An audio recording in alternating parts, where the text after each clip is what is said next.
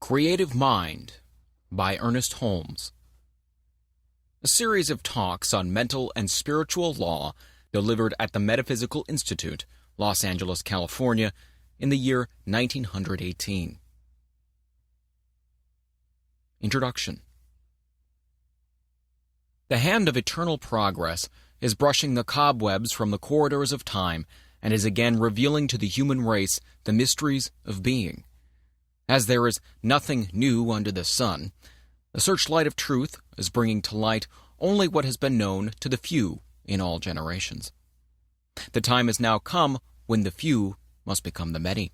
The whole world, from the least to the greatest, must know the truth, so that man may understand the great laws that govern his life. He must learn to control his own destiny, to heal his own body, and bring happiness to his own soul. Ignorance must vanish, and understanding must be ushered in. Man is no longer to be governed by anything outside himself. Creeds, doctrines, churches, institutions, organizations, governments are all being changed to give place to the realization of the individual. There is a power in and through all that is working this great transformation. All that will not measure up to the standard must fall by its own weight. All that is in line with the truth must still prosper. The time is at hand. We are in the greatest age of all history. We are in the age of the unifying of all people and all things into the ever-present one. The temple, not made with hands, is now being silently builded by the emancipated souls of this planet. This little book is an attempt to explain what each soul must discover for himself, that he stands in the midst of an eternal creative power which presses itself around his own thought and casts back to him glorified all that he thinks. If it awakens within the consciousness of one single individual the realization that the mind of the universe, which is the only mind that there is his own mind, that the creative power of this mind is his also, that the manifestation of this mind is his own individuality, that the love and power and peace of this mind is within himself, it will not be written in vain. May it then do much in simplifying and bringing to light some of the deeper mysteries and meanings of life. Ernest Holmes, October 1st, 1918. Part 1. In the Beginning. In the beginning, God. Clear and expressive are these words. In the beginning, God only. No manifest universe, no system of planets, nothing of form or life, of brute or man. God was the spirit of all that has to be, but he had not yet moved upon the waters. Then this all-being moved, or began to create. Where did spirit move? Upon what did it move to create? Where did it get a pattern? What means or power did it employ? Through what agencies did it work? In short, what is the world, ourselves included, made out of? And how did we and all else come into being? These questions correctly answered would solve the problem of being and set men free. Let us consider. The Spirit was all. There was nothing else but itself. All-inclusive, everywhere, infinite. This all-spirit could not have had the impulse to move unless it were self-conscious. Therefore, the Spirit is the power that knows itself. It is accordingly all-knowing as well as all-present. Being one, undivided, whatever it knows all over instantly. We find then that the Spirit operates through self-knowing. It moves, and that inner movement must be one of infinite power, moving upon itself, since it is all, and with a definite purpose. The Spirit, then, moves upon itself, and makes out of itself all that is made. In other words, what we see comes from what we do not see, through some inner intelligence at work, which knows there is no power but itself. The things that are seen are not made of the things that do appear. The only possible operation of intelligence is thought, or the Word. So all things were made by the Word, and without the Word was not anything made that hath been made. How simple the process of creation when we understand it. The Spirit speaks, and since there is nothing but the Spirit, and it is all power, it has only to speak, and it is done. The Word was with God, and the Word was God. From the Word, then, comes forth all that appears. Each life, human or divine, each manifestation is a different kind of word coming into expression. The great fact to dwell upon is that spirit needs nothing to help it. It is self-conscious and has all power and all ability to do whatever it wishes to accomplish. It operates simply by speaking. It is hard to get a clear concept of this great, ceaseless cause, this something from which all things come. At times, we get into a maze of confusion when we attempt to realize what the Spirit means. It is then that we should think of it as the great reason behind everything. Being all knowledge, it must know itself, and must know everything it creates. So it knows us, and it knows everyone. Since it is all presence, we can contact anywhere, and will never have to go to some particular spot to find it. As it is all-knowing and operates through the power of the Word, it knows everything we think. Just how it creates, we cannot know and need not attempt to understand, for whatever this process of creation is, we find it is always an inner thought process. We should keep this in mind. The Spirit makes all things out of itself. Everything comes into being without effort, and when we exert ourselves, we are not in accord with the creative spirit in the way in which it works. The impulse of the Spirit to move must be caused by a desire to express what it feels itself to be: beauty, form, color, life, love, and power.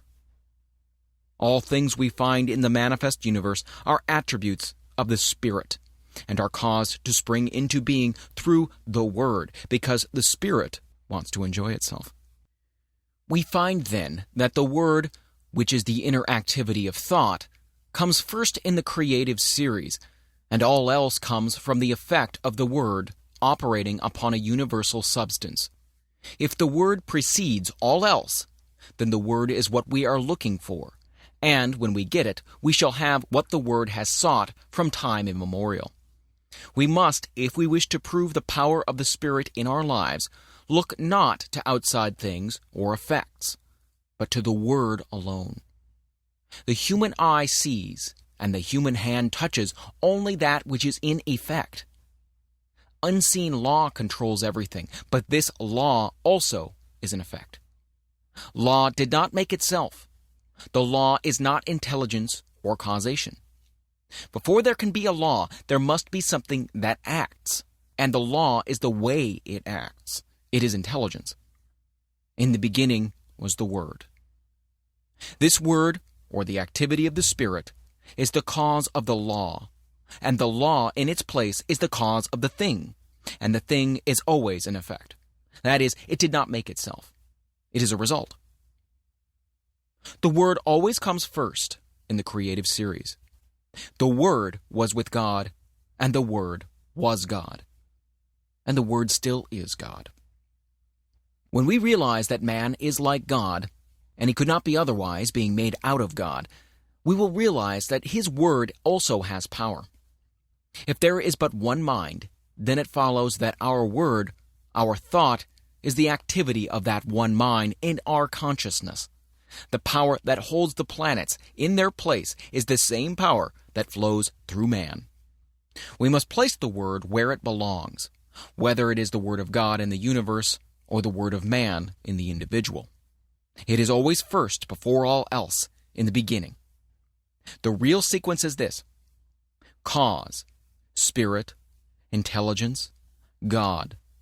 The Word, the activity of intelligence, the effect, or the visible thing, whether it is a planet or a peanut. All are made out of the same thing. What we need to do is to learn how to use the Word so that all will come to see that they are creative centers within themselves. A principle that can be proven. Knowing what mind is, we have a simple principle. We have a principle that is absolute. It is exact. It is going to correspond to our thinking about it. The first great necessity is to believe this. Without belief, we can do nothing. This is the reason Jesus said, "It is done unto you, even as you have believed." Always it is done unto people as they believe, and there is something that does it which never fails. We must believe that our word is formed upon and around by this creative mind. For instance, we wish to create activity in our business. We believe that our word is law about that thing, and there is something that takes our thought and executes it for us. If we have accepted the fact that all is mind and that the thought is the thing, we shall see at once that our word is the power behind the thing, and that it depends upon the word or thought that we are sending out. So plastic is mind, so receptive, that the slightest thought makes an impression upon it. People who think many kinds of thought must expect to receive a confused manifestation in their lives. If a gardener plants 1,000 kinds of seeds, he will get 1,000 kinds of plants. It is the same in mind. The word going forth. Since this is true, everything depends upon our mental concepts. As a man thinketh in his heart, so is he. The Bible reiterates this statement, telling us many times of the creative power of thought. Jesus taught nothing else. He said, "The words which I speak unto you, they are spirit, and they are life."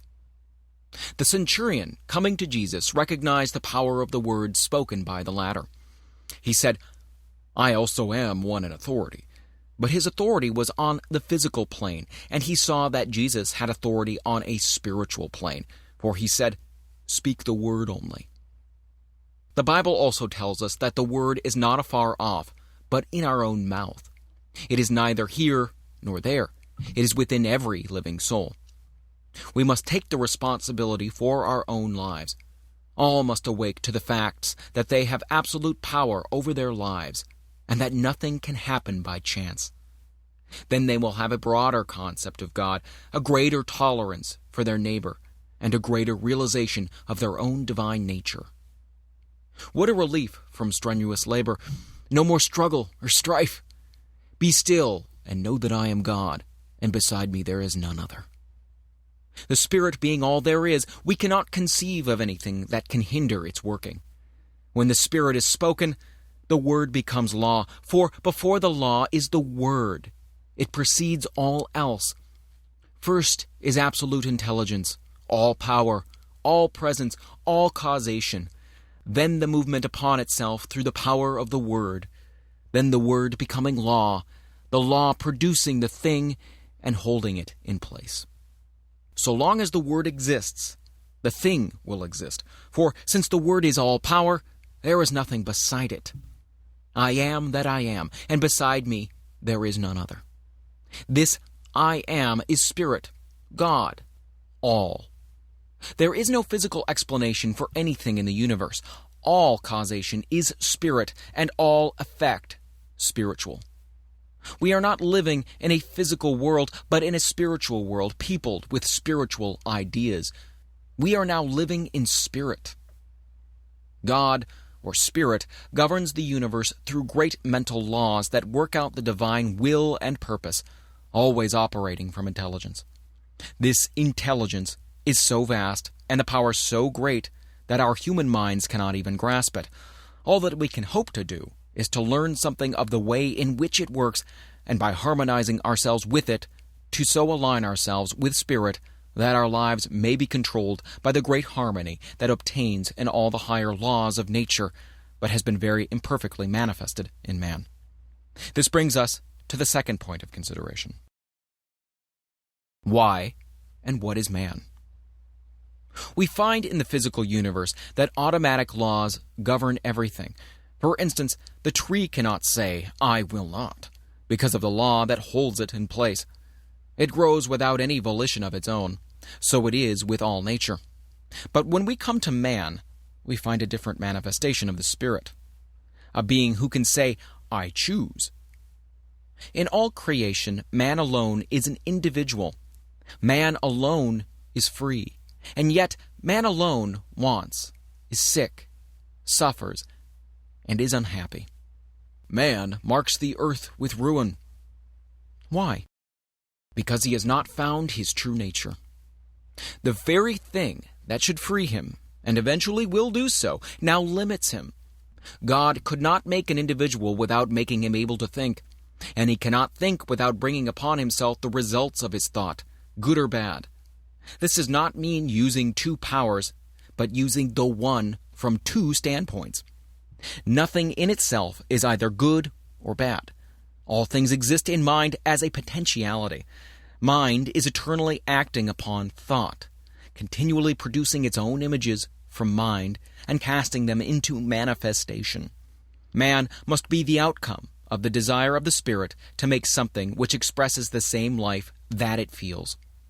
Man is made to be a companion of the infinite, but to arrive at this exalted plane of being, he must have his freedom and be let alone to discover his own nature, to return love to his Creator only when he chooses to do so. At the doorway, then, of man's mind, this wonderful God has to wait. Behold, I stand at the door and knock. The opening must be on the part of the individual. Man lives in a mind that presses in upon him from all sides with infinite possibilities, with infinite creative power. The divine urge of infinite love crowds itself upon him and awaits his recognition. Being the image of this power, his thought also must be the word or cause it the life. At the center of his being is all the power that he will need on the path of his unfoldment. All the mind that man has is as much of this infinite mind as he allows to flow through him. We have often thought of God as far off, and of man as a being separate from the all-good. Now we are coming to see that God and man are one, and that the one is simply awaiting man's recognition, that he may spring into being and become to man all that he could wish or want. As the Father has inherent life in himself, so hath he given to the Son to have life within himself. It could not be otherwise. We are all in mind, and mind is always creating for us as we think. And as we are thinking creatures, always thinking, our happiness depends upon our thought. Let us consider the law of our life. The law of our lives. Spirit creates through law. The law is always mind in action. Mind cannot act unless intelligence sets it in motion. In the great universal mind, man is a center of intelligence, and every time he thinks, he sets mind into action. What is the activity of this mind in relation to man's thought? It has to be one of mental correspondence. That is, mind has to reflect whatever thought it casts into it. Wonderful as universal mind is, it has no choice but to create whatever thought is given it. If it could contradict that thought, it would not be a unit, since this would be recognizing something outside of itself. This is a point, in truth, which should not be overlooked. The one mind knows only its own ability to make whatever is given it. It sees no other power and never analyzes or dissects. It simply knows. And the reason why people do not understand this is that they have not realized what mind is. The ordinary individual thinks of mind only from the limitation of his own environment. The concept he has of mind is the concept of his own thinking, which is very limited. We are surrounded by an all-seeing, all-knowing mind, which is one and runs through all. The belief in the dual mind has destroyed practically all philosophies and religions of the ages, and will continue to do so until the world comes to see that there is but one. Whatever name is given it, there is but one. It is this one that creates for us whatever we believe. Our thought operative through this one produces all our affairs. We are all centers in this mind, centers of creative thought activity. There is nothing which appears in the manifest universe other than an objectified thought, whether it be a bump on your head, a growth on your foot, or a planet. It could not be there were it not made out of mind, for mind is all there is to make anything out of. Whatever is made out of it. Nothing exists or can exist without a source from which it springs. We're not dealing with a negative as well as a positive power, not two powers, but one, a power that sees neither good nor evil as we see it. It knows only that it is all, and since it is all, it creates whatever is given it. From our limited standpoint, we often think of good and evil, not realizing that, as yet, we do not know the one from the other. What we call good today, we may call evil tomorrow. And what we think to be evil today, we may tomorrow proclaim as the greatest good we have known. Not so with the great universal power of mind. It sees only itself and its infinite ability to create. To the thinking person, this will mean much. He will see that he is no longer living in a limited universe, a world of powers, but that he is immersed in an infinite creative medium which, because of its nature, has to create for him whatever he believes. Jesus understood this, and in a few simple words laid down the law of life. It is done unto all people as they believe. This is a great thing to keep in mind. It is done unto us. We do not have to do it, for it is done unto us of a power that knows itself to be all there is. Could we even believe that some material mountain would be moved, the power is there to do it. Without this belief, there is no real impulse for the creative mind, and we do not get an affirmative answer. We must realize more clearly that this great power has to operate through us.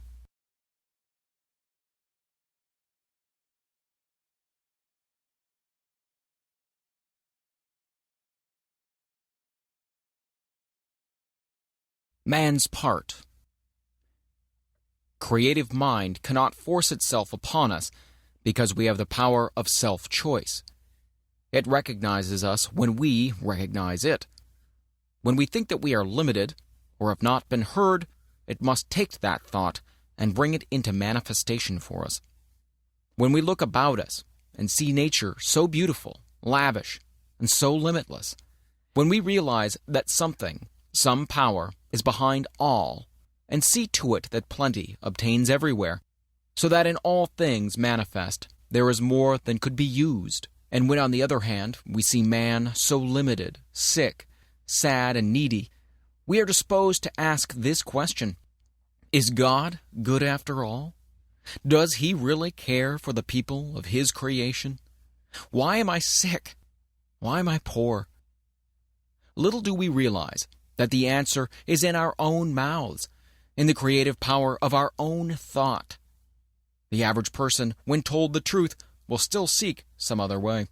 God has already done for us, in a mechanical way, all that he can do, and having been given the ability, we will have to do for ourselves the rest. Yet the great power is always near, ready at any time to help, but we must use it according to its own nature in harmony with its laws. Man should learn that he himself is the center of this divine activity. Realizing this, he must seek more and more to utilize his own divine nature, and by so doing he will come more fully under the protection of the great laws that govern all life, manifest and unmanifest. Whatever man is, he must find that because he is made out of God, he must be out of the same nature. He must be of the same nature. This infinite one cannot know anything outside of itself, anything that would be a contradiction of its divine nature. Man's ignorance of his real nature binds him with his own freedom until he comes to see things as they really are, and not as they appear to be. In the infinity of mind, which is the principle of all metaphysics and of all life, there is nothing but mind, and that which mind does. That is all there is in the universe. That is all there ever was or ever will be. This mind is acted upon by our thought, and so our thought becomes the law of our lives. It is just as much a law in our individual lives as God's thought is in the larger life of the universe. For the sake of clearness, think of yourself as in this mind. Think of yourself as a center in it. This is your principle. You think, and mind produces the thing. One of the big points to remember is that we do not have to create. All that we have to do is think. Mind, the only mind that there is, creates. Few people seem to understand the nature of the law and so think that they have got to do something, even if it is only holding a thought. Thinking or knowing is what does the thing. It will make it much easier for us when we realize that we do not have to make anything, just to know that there is something back of the knowing which does the work for us. That person gets the best results who realizes that he can use this divine principle. He who can get the clearest concept of his idea and who can rely on mind to do for him, keeping everything out of his thought that would contradict the supremacy of spirit or mind. By simply holding a thought, we could not make anything. But by knowing in mind, what cannot we do? Bondage and freedom. Never get away from the fact that you are surrounded by such a power. It is the principle of demonstration. It knows every thought. As we send forth our thought into it, it does unto us. The person who is ignorant of this law must by that ignorance be bound by his thought, by his human beliefs. One who understands will begin to break these ties that bind him. One by one, he will destroy every negative thought until at last he's able to think what he wants to think. And so he frees himself by the use of the same power that at one time bound him. We must destroy all thought that we would not see manifest and hold to that which we would see until we receive the affirmative answer. Never struggle. Mind makes things out of itself. There is no effort made. Don't think that there is so much to be overcome. Have only a calm sense of perfect peace as you realize that God is all, and that you are using the perfect law, and that nothing can hinder it from working for you. Many people are learning to do this, and no one has yet failed to demonstrate who has been steadfast, using the law in a consistent and persistent trust. All that we have to do is to provide the right mental and spiritual attitude of mind, and then believe that we already have, and the reward will be with us. We shall see it. The time will come when we will not have to demonstrate at all, because we will be always living so near to the law that it will do all for us without much conscious thought on our part. So when you say, I'm poor, or sick, or weak, I'm not one with the creative mind. You are using that creative power to keep yourself away from the infinite, and just as soon as you declare that you are one with God, there is a rushing out to meet you, as the Father rushed out to meet the prodigal son. The Spirit seeketh, but as long as your mind thinks in the terms of conditions, you cannot overcome. The difficulty comes from our inability to see our own divine nature and in its relation to the universe. Until we awake to the fact that we are one in nature with God, we will not find the way of life. Until we realize that our own word has the power of life, we will not see the way of life. And this brings us to the consideration of the use of the Word in our lives. The Word. The Word was with God, and the Word was God. The Word is nigh thee, even in thy own mouth, that thou shouldest know it, and do it. What does this mean? It clearly states that whatever power there is in the Word, and it says it is all power, is also in our own mouths. There's no avoiding the fact that the Bible claims for man the same power in his own life and his own world that it claims for God. In the lives of the majority, men do not realize that the word is in their own mouths. What word? Little do we realize that this word, which they are so earnestly seeking, is every word they hear, think, or speak. Do we who are endeavoring to realize the greater truths of life always govern our words? If any word has power, it follows that all words have power. It is not in the few moments of spiritual meditation that we demonstrate, but we bring out the possibilities of the hidden word when we are allowing our thoughts to run in any direction, not in the short time spent in silence, but in the long hours stretching themselves into days, months, and years. Are we always using the Word? An hour a day spent in silent meditation will not save us from the confusion of life. The 51% of a man's thinking is what counts. It is easy when we are alone to brave the storms of life. Surrounded by our own exalted atmosphere, we feel the strength of the infinite. We rise in spirit. We think we are experiencing the ultimate truth, that all things are ours. These moments in a busy life are well spent, but must unavoidably be brief. But what of the rest of the day? What of the busy street, of the marketplace, and of all the daily contact with life?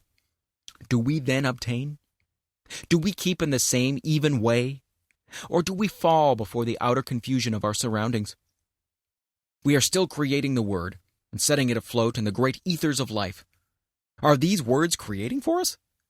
Yes. How necessary, then, to keep the independence of the solitude. How seldom we do this. God sent an angel to speak to me, a word he was fain I hear. And the angel brought the message and whispered it in my ear. God knew I needed the word he sent.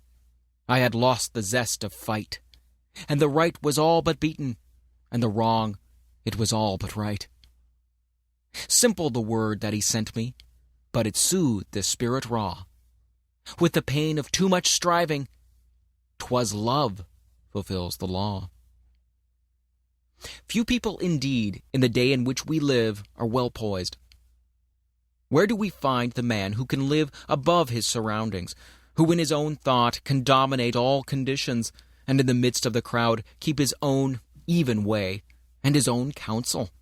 When we do meet with such a person, we will know him, for we shall find on his face the image of perfect peace. We shall detect in his bearing the ease and independence that comes only to the man who has found himself, and who is centered not in the outer, but in the inner world. Such a character as this has the power to attract to himself all of the best in the world. He is a center toward which all else must gravitate.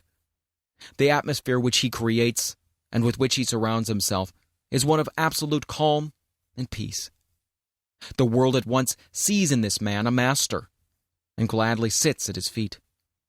And yet this man, who has risen above the thought of the world, cares not that other people should sit at his feet.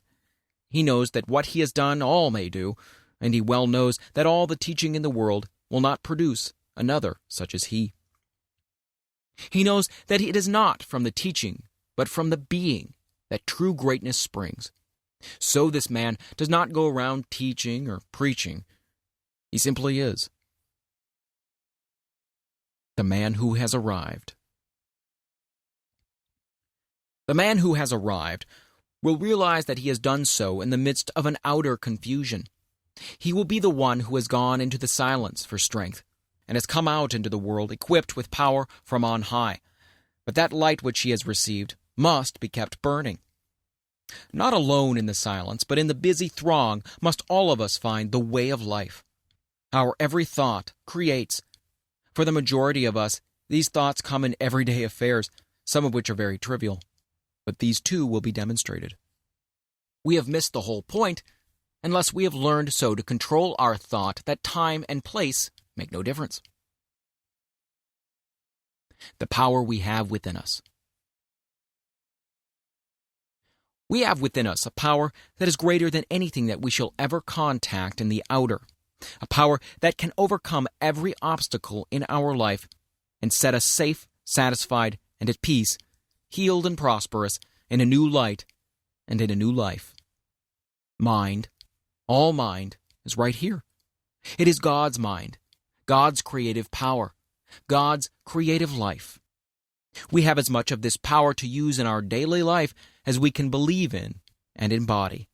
The storehouse of nature is filled with infinite good, awaiting the touch of our awakened thought to spring forth into manifestation in our life. But the awakening must be on our part, and not on the side of life. We static at the gateway of limitless opportunity in the eternal and changeless now. Now is the day in which to begin the new life that is to lift us up to the greater expression of all that is wonderful. The word that we speak is the law of our life, and nothing hinders but ourselves. We have, through ignorance of our real nature, misused the power of our word, and behold, it has brought upon us the very thing that we feared. But now it shall produce a new thing, a new heaven and a new earth. Individual ideas. We find that in the universe, every separate idea has a word, a mental concept behind it. And as long as that word remains, the thing is held in place in the visible world. When the concept is withdrawn, the idea in the visible melts away, disappears. It ceases to vibrate to the word, which is the law behind it. For when the word is withdrawn, the condensation of the ether that forms the word melts again into the formless. There was a time when the world was without form, and from the word alone all things were made that are made. When our word says that there is no longer life in our bodies, the life principle withdraws, and our bodies return to the substance from which they came. Here is the great mystery of life, that we are able to use this creative word for whatever purpose we may desire, and that word becomes the law unto the thing for which it was spoken. And so in our lives, we might say that without our word was not anything made that was made. For we are given the power to sit in the midst of our lives and direct all their activities. There is no struggle and no strife necessary. All that we have to do is to know. We must awake and with the glorified consciousness of an emancipated soul, use our God-given power. The reason for the universe. This universe is the reason, first, of an infinite intelligence which speaks or thinks, and as this thought becomes active within itself, it creates from itself, at the power of its own word, the visible universe. And as this thought becomes active within itself, it creates from itself, at the power of its own word, the visible universe. We are living in a universal activity of mental law. We are surrounded by a mind which receives every impression of our thought and returns to us just what we think. Every man, then, is living in a world made for him from the activity of his thought. It is a self-evident proposition that mind must create out of itself. And this self being limitless, it follows that its creative power is without limit. Mind in action.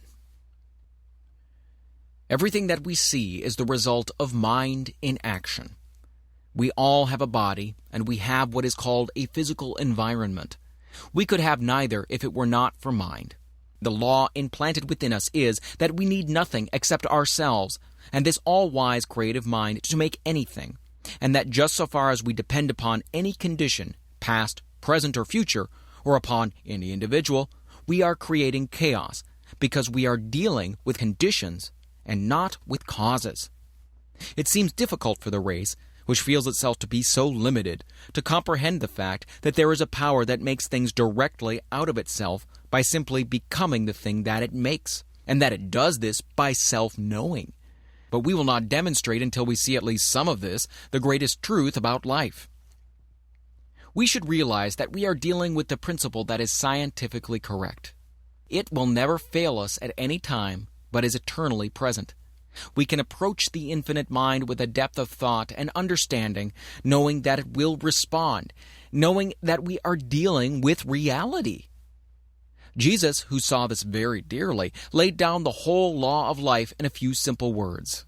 It is done unto you as you believe. We do not have to do it. It is done unto us. It is done by a power, that is all. Could we believe that a material mountain would be moved, it would be done unto us. But unless we do believe, there is no impulse for the creative power, and we do not receive. Life externalizes at the level of our thought. Action and reaction. There is something that casts back at us every thought that we think. Vengeance is mine, I will repay, saith the Lord, is a statement of eternal truth, and corresponds against which nothing can stand, and whatever man sets in motion in mind will be returned to him, even as he has conceived within himself and brought forth into manifestation. If we wish to transcend old thoughts, we must rise above them and think higher things. We are dealing with the law of cause and effect, and it is absolute. It receives the slightest as well as the greatest thought, and at once begins to act upon it. And sometimes, even when we know this, we are surprised at the rapidity with which it works. If we have been misusing this law, we need not fail. All that we have to do is to turn from the old way and begin in the new. We will soon work up out of the old law into the new, which is being established for us. When we desire only the good, the evil slips from us and returns no more.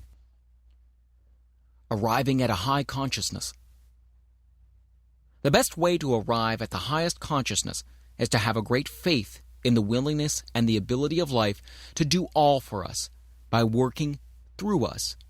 We must believe in the inherent goodness and all-powerfulness of the Spirit of Truth. And so every path leads us back to the one point, and we must learn to realize the near presence, the great reality. There, through the door of our own thought, we enter into the universal consciousness, into a complete realization of life and truth, of love and beauty. And as we sit in the silence of our own souls and listen, it will be the greatest thing that we will ever do. In that completeness, we are lost, and yet we are found. This is what is meant, that a man must lose his life in order to find it. We are lost to the human and found in the divine. We realize that we are one with cause. Outer suggestions. Nearly all people are controlled by outer suggestions, and not by inner realizations. Ordinarily, man thinks only what he sees others do, and hears others say. We must all learn so to control the inner life, that outside things do not make an impression upon our mentalities. As we are thinking beings and cannot help thinking, we cannot avoid making things happen to us. And what we need to do is so to control our thought processes that our thinking will not depart from the realization of that which is perfect. Man is governed by a mind which casts back to him every thought he thinks. He cannot escape from this, and need not try. It would be useless. The laws of mind are simple and easy to understand. The trouble with us has been that we have laid down great obstructions, and then have tried to overcome them. Stop trying. Stop struggling. Begin to be calm, to trust in the higher laws of life, even though you do not see them. They're still there. Did you ever see the law that causes a plant to grow? Of course you did not, and yet you believe in this hidden law of growth. Why do you believe? Simply because every year out of the seed time comes a harvest? Shall we not have as great faith in the higher laws of being? To those souls who have dared to believe has come as definite an answer as came to those who believed in receiving a harvest from the planted seed. This law is, and if we could see results, we must use it. That is, we must provide the mental receptivity that will prepare us to accept the gift when the Spirit makes it. This receiving is a mental process, a process in which we lose all sense of limitation. If we wish to demonstrate prosperity, begin to think and talk about it, and to see it everywhere. Do nothing that contradicts this thought either mentally or physically. The world is full of good. Take it and forget all else. Rise above depression and be glad that you are saved from adversity. The human mind needs to be cleansed from the morbid thoughts that bind through its false beliefs. No living soul can demonstrate two things at the same time if one contradicts the other. There is no way except to let go of all that you do not wish to come into your experience, and in mind, take all that you do wish. See, hear, talk about, and read only what you wish, and never again let a negative thought come into your mind. God knows good only, and when we are in line with good, He knows us. And when we are out of harmony with good, we say, God has forgotten us. On the one hand, we have an infinite intelligence, which has brought us up to where we are today, and having done all that it can for us, now lets us alone to discover our own nature. On the other hand, we have the infinite law, which is an activity of God, and we can use it for what we will, only with this provision, that insofar as we use it for the good of all, are we protected. The law obtains through all nature that as a man sows, so he must reap. Now, the Father has brought us to where we can understand life, and we must go as we choose. If we are in harmony with the great forward movement of the Spirit, there is nothing that can hinder our advancement. If we oppose it, somewhere along our way it will crush us. As with individuals, so with nations. Insofar as they work with a right spirit, they prosper, and when they begin to fail in the use of this law, they begin to fall. He who understands will take the position of one who wishes to work in union with the power of good. And to such an one will come all the power that he can conceive of and believe in. His word becomes an expression as the very word of God, and he must realize it to be all-powerful. So the one who is truly united with good will wish to express only the truth for all, and in so doing, he is working along the lines of the enfoldment of the Spirit. And though he may seem to fail, from the ordinary standpoint, yet his success is assured, for he is at one with the only ultimate power before which, in time, all else must fall.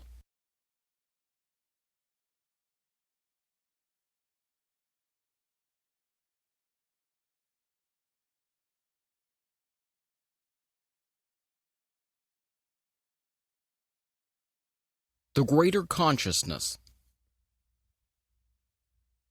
Man is surrounded by a great universal thought power which returns to him always just as he thinks. So plastic, so receptive is this mind that it takes the slightest impression and molds it into conditions. There are two things in man which his thought affects: his body and his environment. At all times he is given absolute control over these two things, and from the effect of his thought upon them he cannot hope to escape.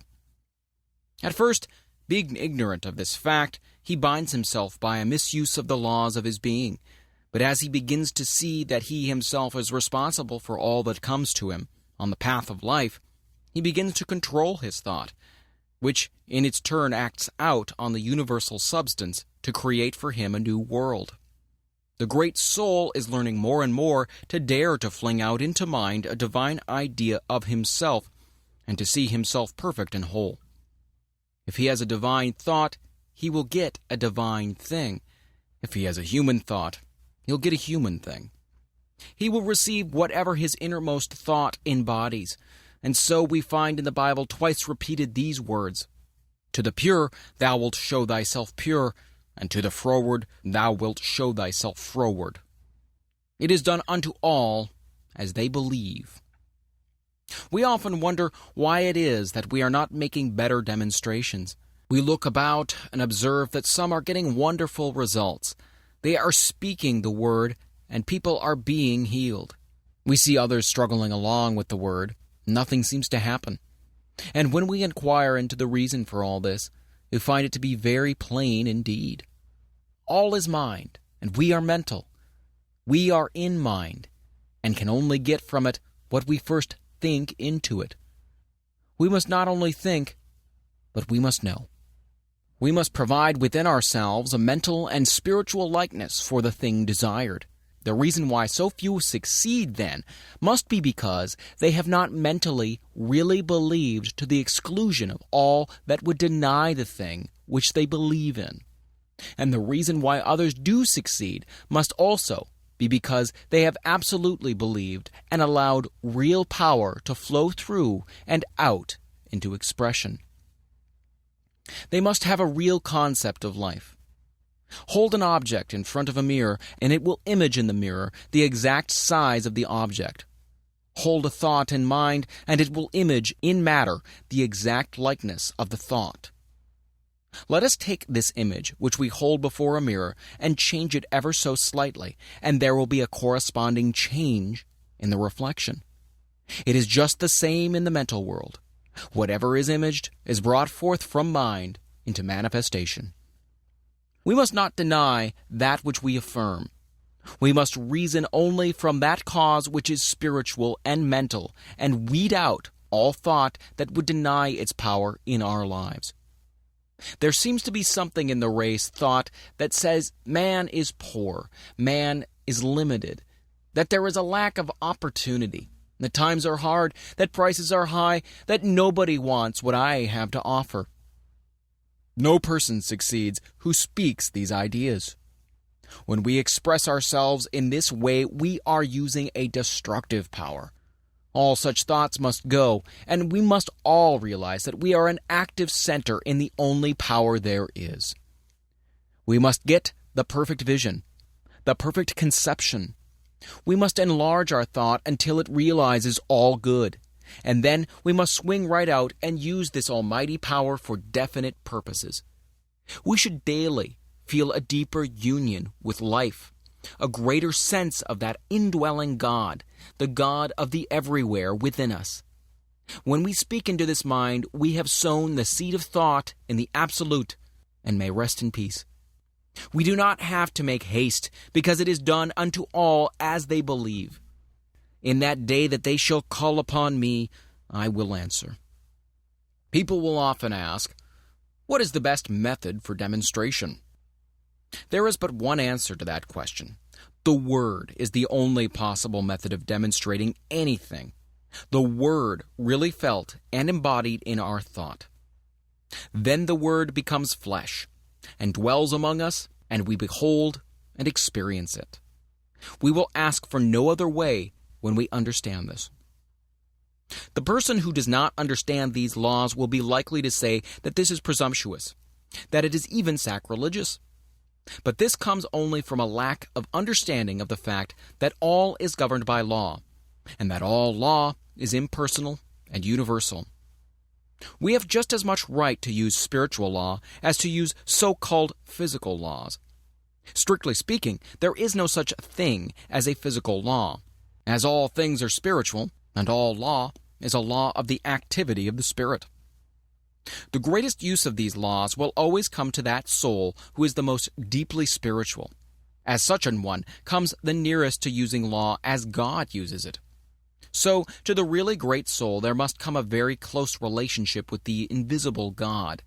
This relationship cannot be expressed in words, but only in inner feeling, which transcends the power of words to express.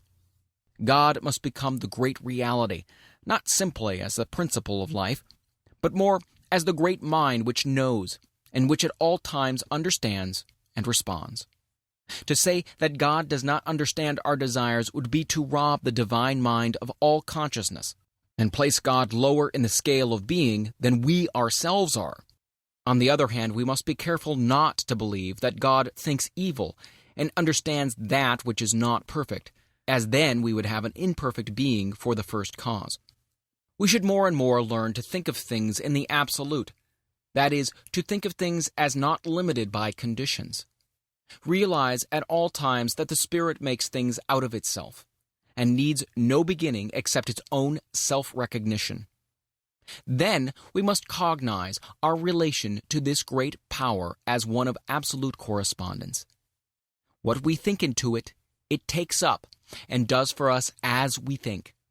It should not be an effort so to think. We should do so with ease, without strain. The law must return to us. We have no responsibility except to provide the proper channel. It cannot return only in the exact way that we think. It can return only in the exact way that we think. If we think struggle is the reality, we shall gain our demonstration, but struggle will have to be the result. There is a law of reflection between mind and the one who thinks. And it is not only what a man thinks, but also how he thinks, that shall be done unto him. If you believe absolutely that you can do a certain thing, the way will always be open for you to do it. If also you believe that time will have to elapse, then you are making that a law, and time will have to elapse. If, on the other hand, you believe that mind knows just how and never makes mistakes, but lets it be done unto you, then it will be done. Confusion brings more confusion. Peace begets more peace. We cannot imagine the Great Spirit hurrying or worrying, fretting or trying to make anything happen. The only reason we worry and fret is because we have thought there was some other power which could bring confusion. Such is not the case. There's but one, and we are always using that one, but using it according to our belief. This is our divine birthright. Nothing hinders but ourselves. Remember that since all is mind, you cannot demonstrate beyond your ability to comprehend mentally. That is, beyond your ability to know about a certain thing. For instance, suppose you wish to heal someone who is sick. Your ability to do this will depend entirely upon your ability to see perfection mentally, coupled also with the realization that your word destroys everything unlike itself. If you try to see perfection for a few minutes only, it will never heal. Your thought goes on at all times, and in the moment when you least realize it, conditions are being molded for you. It is not enough to declare consciously for the truth. The truth must be lived, or no good results will be forthcoming. The perfect universe. The one who desires to heal must stop seeing, reading about, discussing, or listening to conversation about sickness. There is no way under the sun except as we let go of that which we do not desire and take that which we wish to have. There is too much of this deceiving ourselves into thinking that we can do two ways at once. We may deceive ourselves and possibly other people, but the law remains the same, a law of mental correspondences and nothing else. We cannot go beyond our ability to realize the truth. Water rises only to its own level. In our patients, as well as in ourselves and in our environment, we will reflect what we are, not at our best in the few moments of silence, but in the long run of ordinary life and thought. To acquire the larger consciousness is no easy task. All that we have believed in which contradicts the perfect whole must be dropped from our thought, and we must come to realize that we are now living in a perfect universe, peopled with perfect spiritual beings, each of which, coupled with the great divinity, is complete within itself. We must see that we are one in the Great One, and then we will not separate or divide, but unite and add to, until in time we will find that we are living in an entirely different world from that in which we had once thought we were living. Of course, this will meet with much opposition from those unenlightened souls whom we must contact in the world. But what of that? Remember, the great man is the one who can keep in the crowd the calm, even thought, the deep, divine reliance on principle. And more, this is the only way to help or to save the world. In time, all people will come to the same understanding. You are lifting up the standard of life, and those who are ready will follow. You have no responsibility to save the world except by exemplifying the truth. The world must save itself. All are alike. There is no difference between one person and another. Come to see all as a divine idea. Stop all negative thought. Think only about what you want and never about what you do not want, as that could cause a false creation. Too much cannot be said about the fact that all are dealing with only one power, making and unmaking for man through the creative power of his own thought. If there is something in your life that you do not want there, stop fighting it. Forget it. About struggle. Karma. There's too much struggle coming into the metaphysical thought. Often we hear some seeker after truth say, "I've got a big fight ahead." Oh, foolish and untaught, how can you hope to enter in? The kingdom comes not from without, but from within always. Stop all struggle and wait upon the sure principle that creates whatever it wills, because there is nothing to oppose it. As long as we think that opposition exists, we are blocking the way for the clearer vision. Those that take up the sword must perish by it, not because God is a jealous God, but because that is the way the law must work. Cause and effect must obtain everywhere. Do not even fuss about your karma. Too often we hear people say, "This is my karma."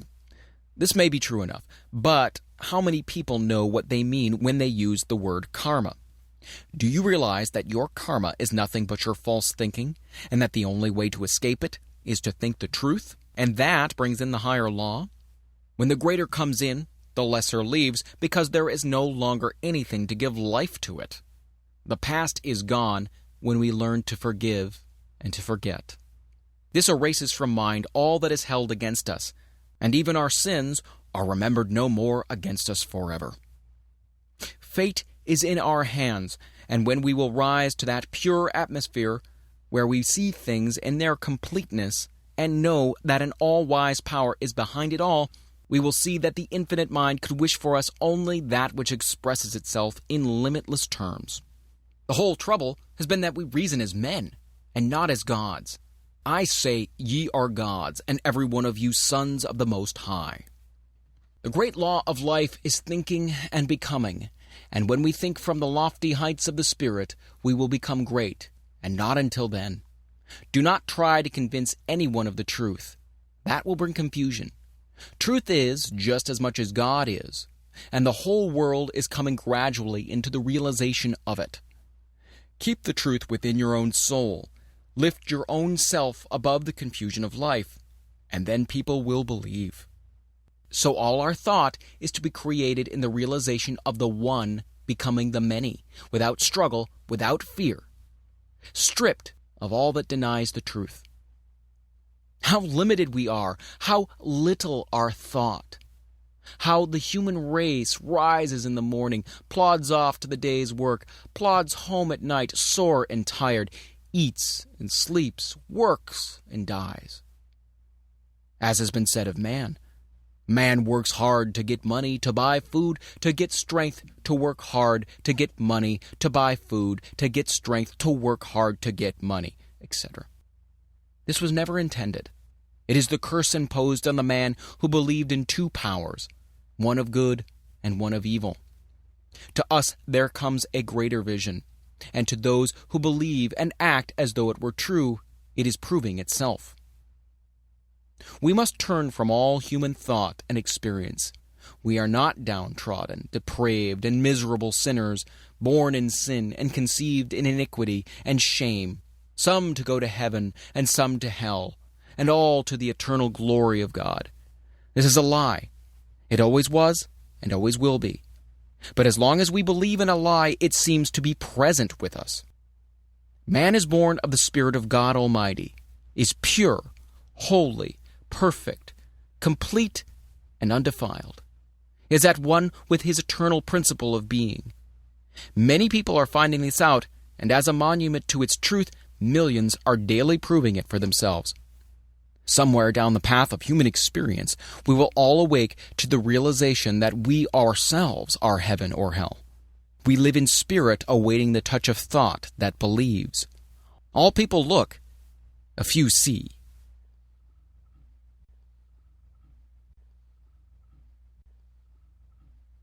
Part 2. Practice. Introductory. The one who wishes to practice metaphysics must first, last, and all the time realize that he himself is a center of the divine. Activity. He must know that whatever God is in the universal, he is in the world in which he lives. He must know that all things are made out of spirit, which is first cause. Nothing comes before spirit. Operating upon itself, out of itself, it makes what it will out of its own perfect desire. He must think of the Spirit as the father of his own life, eternally bound to him, eternally binding him to it. He must know that the Spirit not only can manifest through him, but that it wishes to do so. The Father seeks such to worship him. The practitioner, who understands the truth, knows that as long as God exists, he will exist. That he could no more become non-existent than God could.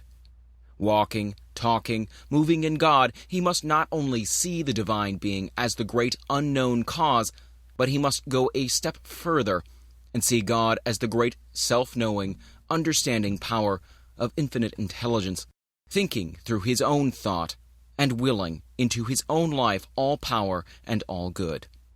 More than this, God must become within his soul the greater self, the inner light that is to light his path with sure step to the attainment of the greater ideals.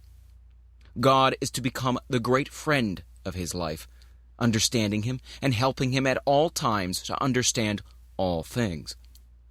No more books, no more teachers, no more preachers, creeds, or candlesticks will he ever need, as the great realization that God is all in his life dawns upon his awakened thought. Naught is the squire when the king's at hand. Withdraw the stars when dawns the sun's brave light. He must know that not height, nor depth, nor any other thing can come between the soul and its perfect Creator. Too long have we listened to people. Now our own soul shall speak in the language that is unmistakable. Now shall we ourselves become masters of all life and interpreters of all mysteries. Now my Father and I are one. As the Word of God goes forth and sets in motion the all-law, so must we realize, because we are one with the Word, that our own thought has the power of expression. The one who wishes to heal must come to see all evil as impersonal, fastening it to no one, but realizing that it is simply false thought. The healer knows that the word which he is to speak will destroy this false impression, and by erasing it, it will vanish. There should be absolutely no sense of responsibility beyond speaking the word in positive faith, knowing. All struggle belongs to the old order. In the new, peace takes the place of confusion. Faith answers the cry of doubt and fear, and the word is supreme.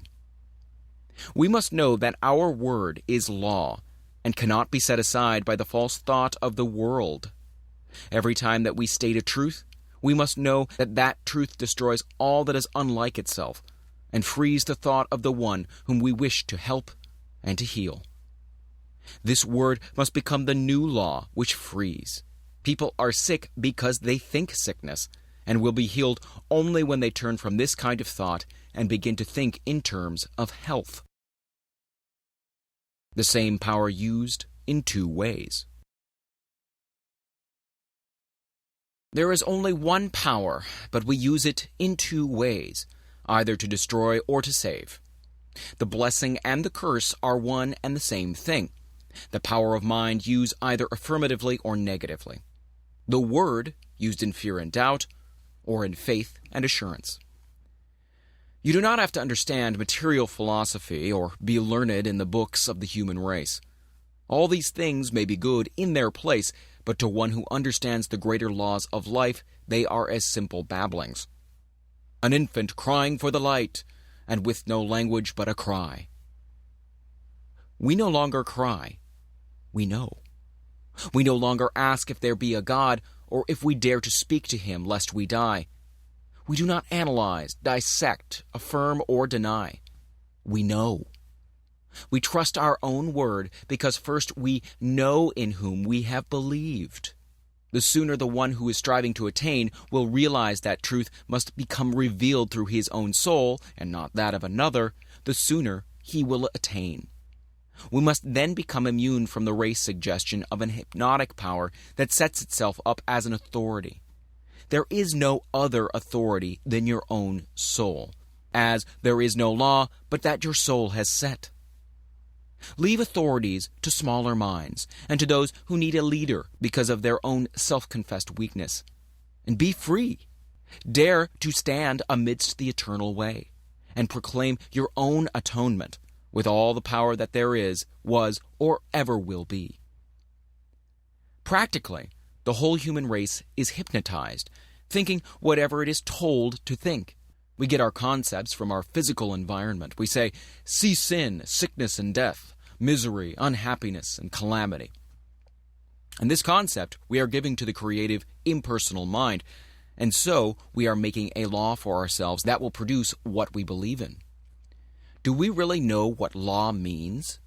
It means that which will exact the utmost farthing from our thought. Like produces like, attracts like, creates like. If we could see our thought and take a picture of it, and of our conditions, we would see no difference between the two, for they are really but the inside and the outside of the same thing. We cannot make affirmations for 15 minutes a day and spend the rest of our time denying the thing which we have affirmed, and affirming the thing which we have denied, and obtain the results which we seek. We send out the word, and it sets the power in motion. Then we think the opposite thing, which neutralizes the first word, and zero is the result. We cannot demonstrate one iota beyond our mental ability to conceive and steadfastly to embody. Infinite as creative power is, receptive and quick as it is, it can only become to us what we first think into it. God can do for us only what he can do through us. Dare to say, "Behold, I am he. Great men have come and gone, and behold, a greater now stands here where I stand, and I am that one." The world will laugh, perhaps scorn. The Christian world will hold up its hands in holy terror lest you blaspheme. The unchristian world will smile knowingly. Neither the one nor the other will understand, but the understanding of either counts for nothing. You're now free, and your freedom will yet save the world from itself. The great soul finds within himself the divine companionship which he needs. He finds within himself the peace which passeth all understanding, and the power to do all things. All power. He speaks, his word is law, and it is done unto him of all the power there is. His word knows itself to be the law of life unto all for whom it is spoken, and who receive it. Healing the sick. We shall be called upon to heal all manner of disease, to comfort the sorrowing, and to bring peace to the distressed. First, we must heal ourselves. When we are healing others, we are also healing ourselves. A healer's work takes place within himself. This idea of sending out thought and holding thought is all a mistake. Think. Come into being not only by taking thought, but by knowing that the word is infinite. This word is in your own mouth, and there alone can it be spoken. Here your responsibility begins, and here it ends, in your own mouth. You must feel no responsibility for the recovery of your patient, for it brings confusion and disturbance to be always wondering if it is working. It must work, if you have the sure faith and your patient is receptive. You are dealing with the same power that said, "Let there be light," and there was light. If your patient is suffering from a belief that he is dying of some dread disease, you must know that when you speak the word, it will destroy this false belief and set him free. There must be no doubt about the power in the word which you speak. It should be said in perfect calm, in peace, and with absolute faith that it will work. This word then establishes the law of life unto the patient. It casts out all fear. It destroys all false sense of a material life, and realizes that all is an expression of a perfect God, and so leaves nothing that can sin, be sick, suffer, or die. When you are as sure of this as when you breathe, when you truly know within yourself, your patient will be healed, provided he also believes. If he does not believe, it is not your fault, and you will have done for him all that can be done. Denials. Some people teach us the use of denials. This must be settled by each individual for himself. Here and at all times, we must settle every question from within and not from without. No living soul can say how another should or another should not work. Beware of the danger of a self-appointed authority. This danger is as apt to come into new thought as it was in the old. No one is your authority on anything. Let us look into the philosophy of denials. We find that many people teach and practice them, and we do not wish in any way to criticize them.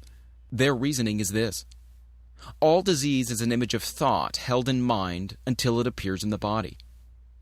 It is true that without the ability to think, man could not be sick. If he thinks a sick thought, it will make him sick. When he changes his thought and thinks health, he is healed. It is taught that since sickness is negative thought, it must be counteracted by a positive thought, and that the best way is to deny the sick and infirm the positive thought. For instance, there is no matter, and nothing can be the matter. This man has no material stomach. He is spiritual and not material. His lungs are not made of matter. They are spiritual ideas. I deny that man can be sick or suffer or die. All this may be accurate. Man is a spiritual idea, and so must be perfect in his real nature.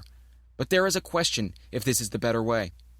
When we look into the creative way of the Spirit, we find it impossible for denial to enter, as the Spirit recognizes no opposite to its own nature. It knows that I am, and beside me there is no other. The Spirit does not deny anything. It simply affirms itself to be that which it desires to be. Seeing and recognizing no opposite to itself, it finds no need of denial. Indeed, this thought need not enter the mind. If we are working with the Spirit, we need not deny, but state the affirmative attitude of mind, realizing that we are dealing with the only power that exists. There is a subtle danger in using denials. We may deny to such an extent as to erect a barrier or build a mountain to overcome. Once realize that God makes things out of himself simply by speaking, and you will never again use denials in treating. All that needs changing is the false thought, and by affirming that your word destroys everything but itself, you will embody all that a denial could.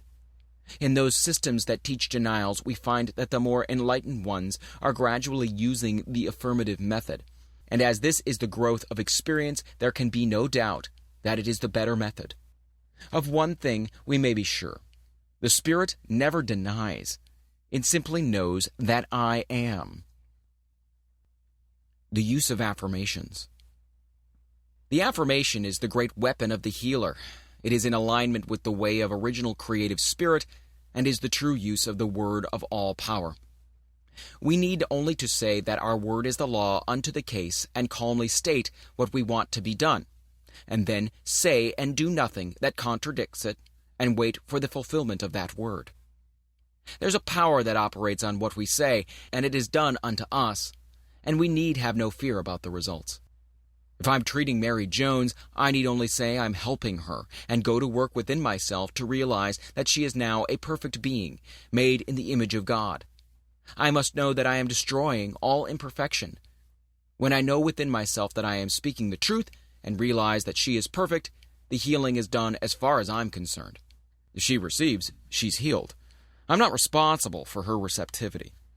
Know that there is a power that corresponds to your own mental attitude, and you will see that the way you are believing is what makes things happen the way they do.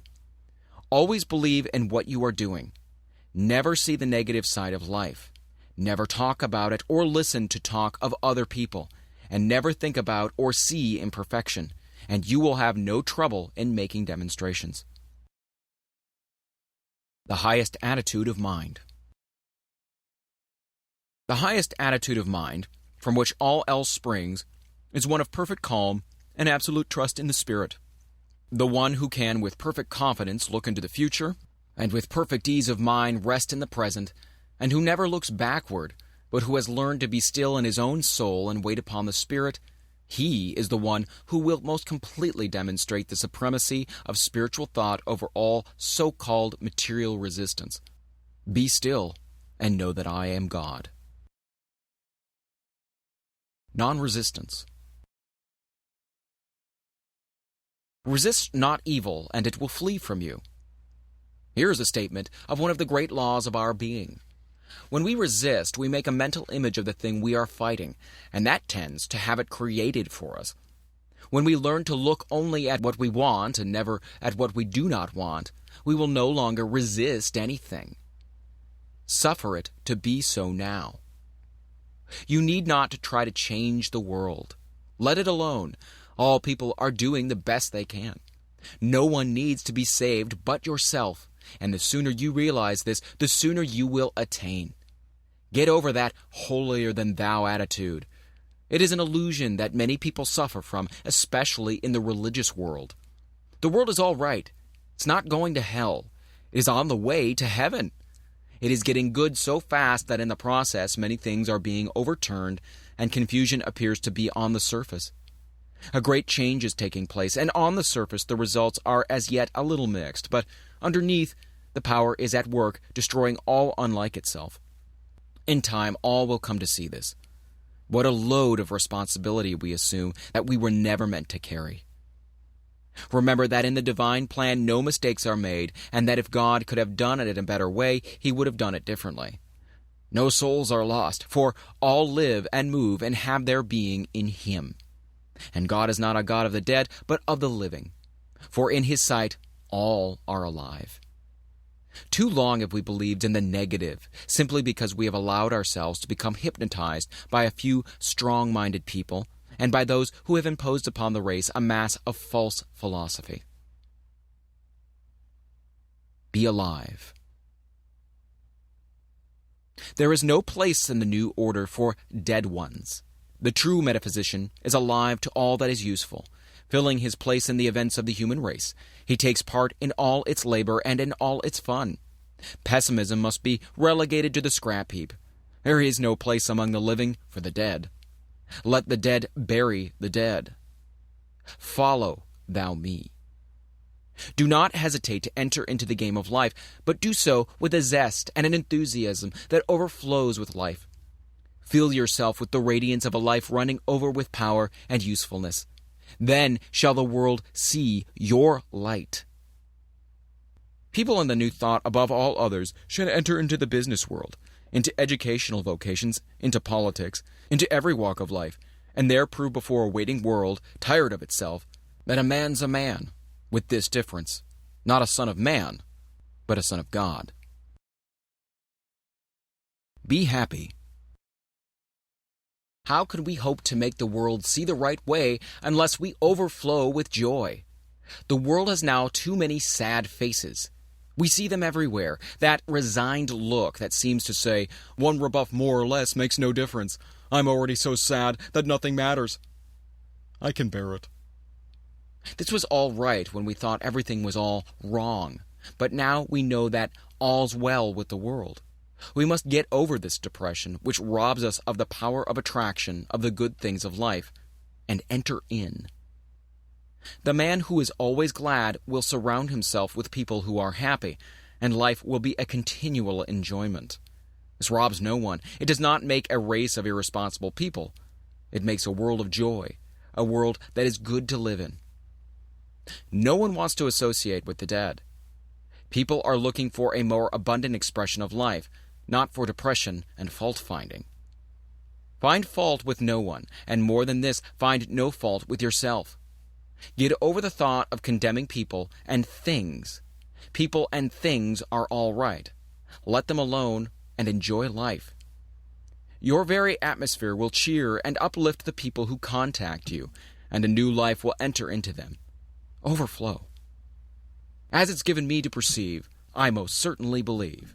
When a man's glad plumb through, God's pleased with him, same's you. Live in the present. Life is for us today. There will be no change for tomorrow unless we do the changing today. Today we are setting in motion the power of tomorrow. Today is God's day, and we must extract from it what of life we are to live. Tomorrow, in the divine course of events, will care for itself.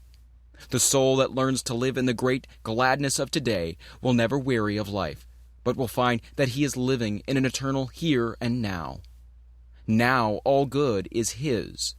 Now all life, truth, and love are his. Now he has entered in, and the good things of life are his today. Lord, for tomorrow and its needs I do not pray. Make me to do thy will just for today. Let your soul sing today, and the song that comes tomorrow will be all the sweeter, will ring out over the vistas of time with an unmistakable clearness. Here is a soul who knows himself and has found life within himself, who has met God today. No more waiting, no more longing, no more weary roads to travel. He has arrived. The goal is won, and peace has come at last. Today.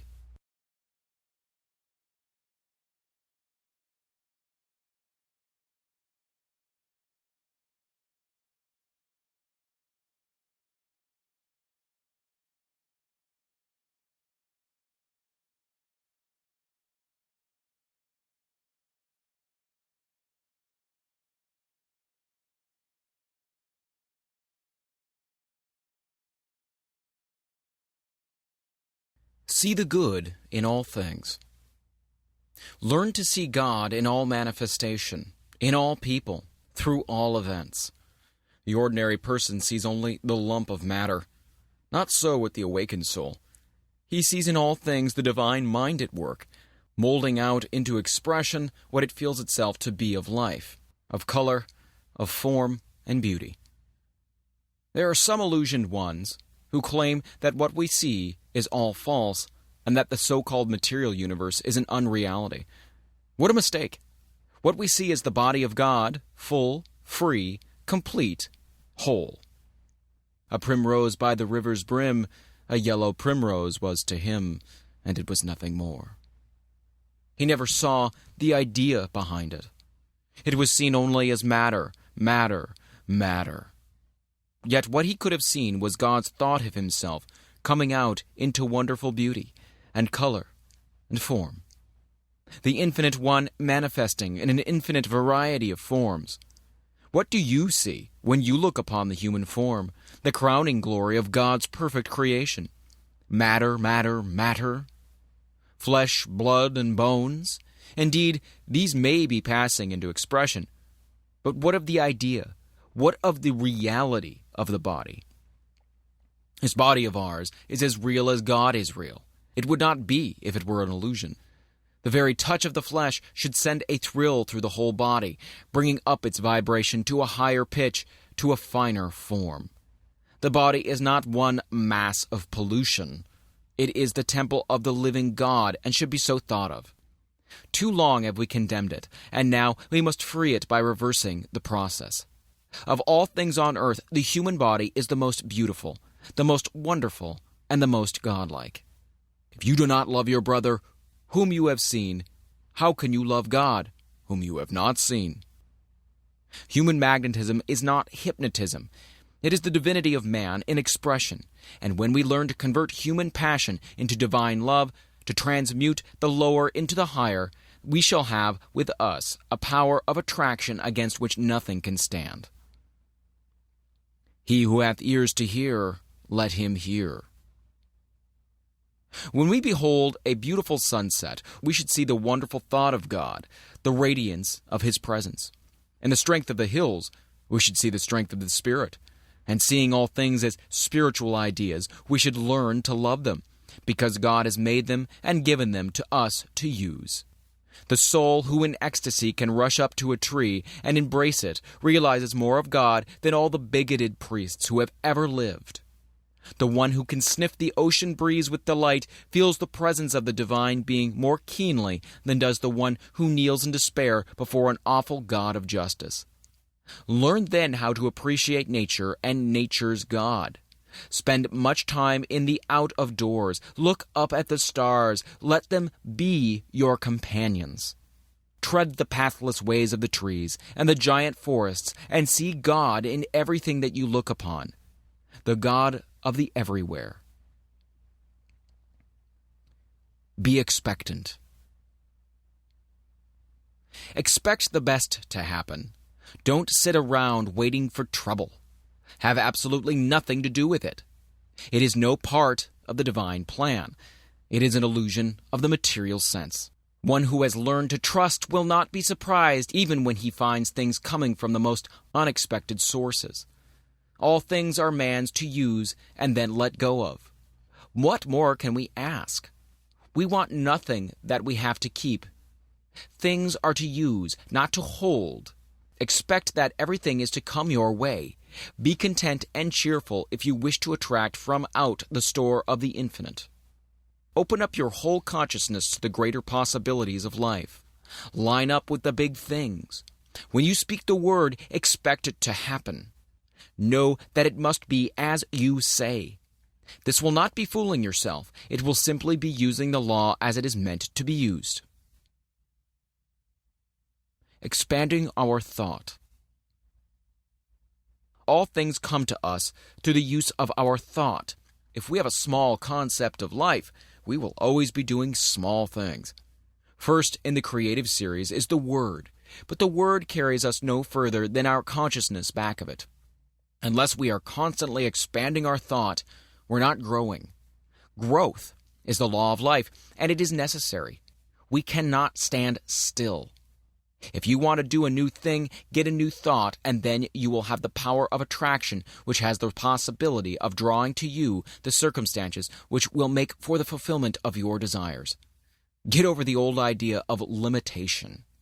Overcome all precedents and set yourself in the new order of things. If you want to build a railroad, you will never do it unless you go over the idea that the most you can hope for in life is to sell peanuts. Let the people sell peanuts for a living who think in the terms of peanuts. Get out of the rut. God has created you for a glorious future. Dare to fling out into mind the greater assurances about yourself. The power of a treatment. A treatment has as much power as we put into the word which we speak when we are giving it. This does not mean screwing up our mind or using our willpower or using force from the material standpoint. It means simply knowing that what we say will be done unto us of a power which can do anything that is given it to do. We must know that our word breaks down every material law and sets the patient free to express God. We must know that the word would endure even though all else should fail. Heaven and earth will pass away, but my word will accomplish. In calm confidence and perfect faith, speak and wait upon the perfect law. Get that mental attitude that never wavers. Be sure, and it will be done. Repeating the treatment. One treatment would heal anything if it were not for the fact that people are constantly receiving false suggestions from the outer life. As it now stands, we should treat until we get results, always expecting that it will happen at once. Every treatment should be complete, and at the close we should always realize that it is done. The word spoken once from the mind that knows is immediately taken up by the mind in which we live, and this mind begins to create around the word, which is the seed, the thing thought of. We must speak that word with authority. There can be no wondering if it's going to work. When we plant a seed in the ground and water and care for it, we never doubt but a plant will spring into being. So it is with the word. It is acted upon by some power which we do not see. But that the power is there is no doubt, since all who go about it get results. As Thomas Edison says of electricity, it is. Use it. So we say of mind, it is. Use it. Always remember that your every thought is the way that you're treating, since it is the way that you are thinking. Impersonal healing. The very presence of one that understands the truth will have a great power of healing. The reason for this is that we are all in mind, and we have with us at all times our thought, and since all manifestation is the result of mind in action, and we are thinking beings, and are always causing mind to act, the very presence of our thought will have some power to act upon whatever we are thinking about. We are dealing with a power which in itself is limitless. We limit it, and so it cannot become to us the bigger thing. Of itself, the power is the same that made the worlds, and it cannot realize any sense of limitation. That they could not enter in because of their unbelief and because they limited the Holy One of Israel. Stop limiting things. Things are as big as we make them, no more, no less. There is room at the top. Get on top of everything and dare to dominate the earth. All things are given us to use. Make use of them. Everything is limitless, and we must see the truth that the fault is not in the law, but in ourselves when we fail. Not with God, but with man. Dare, dare, dare. Think of the bigness of things in the universe. Think of the number of grains of sand, the profusion of all life, and never again limit anything. All is yours to use. Jesus would never have become the Christ unless he had had the courage to say, "Behold, I am he." You will never attain until, in some degree, you are able to say the same thing of yourself. We must learn to reach out and take what is meant for us, the greater life, the all good. People say, "Yes, but how do you do it?" Simply know that God makes things out of himself by speaking the word, and that in your own life you can do the same. All people can think, and all people can speak, at least mentally. This is all that you need to begin on.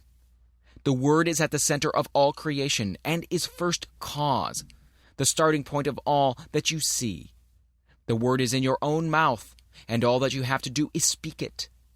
The trouble is that we are speaking the Word, and in the next breath we are denying its power by seeing something that contradicts it.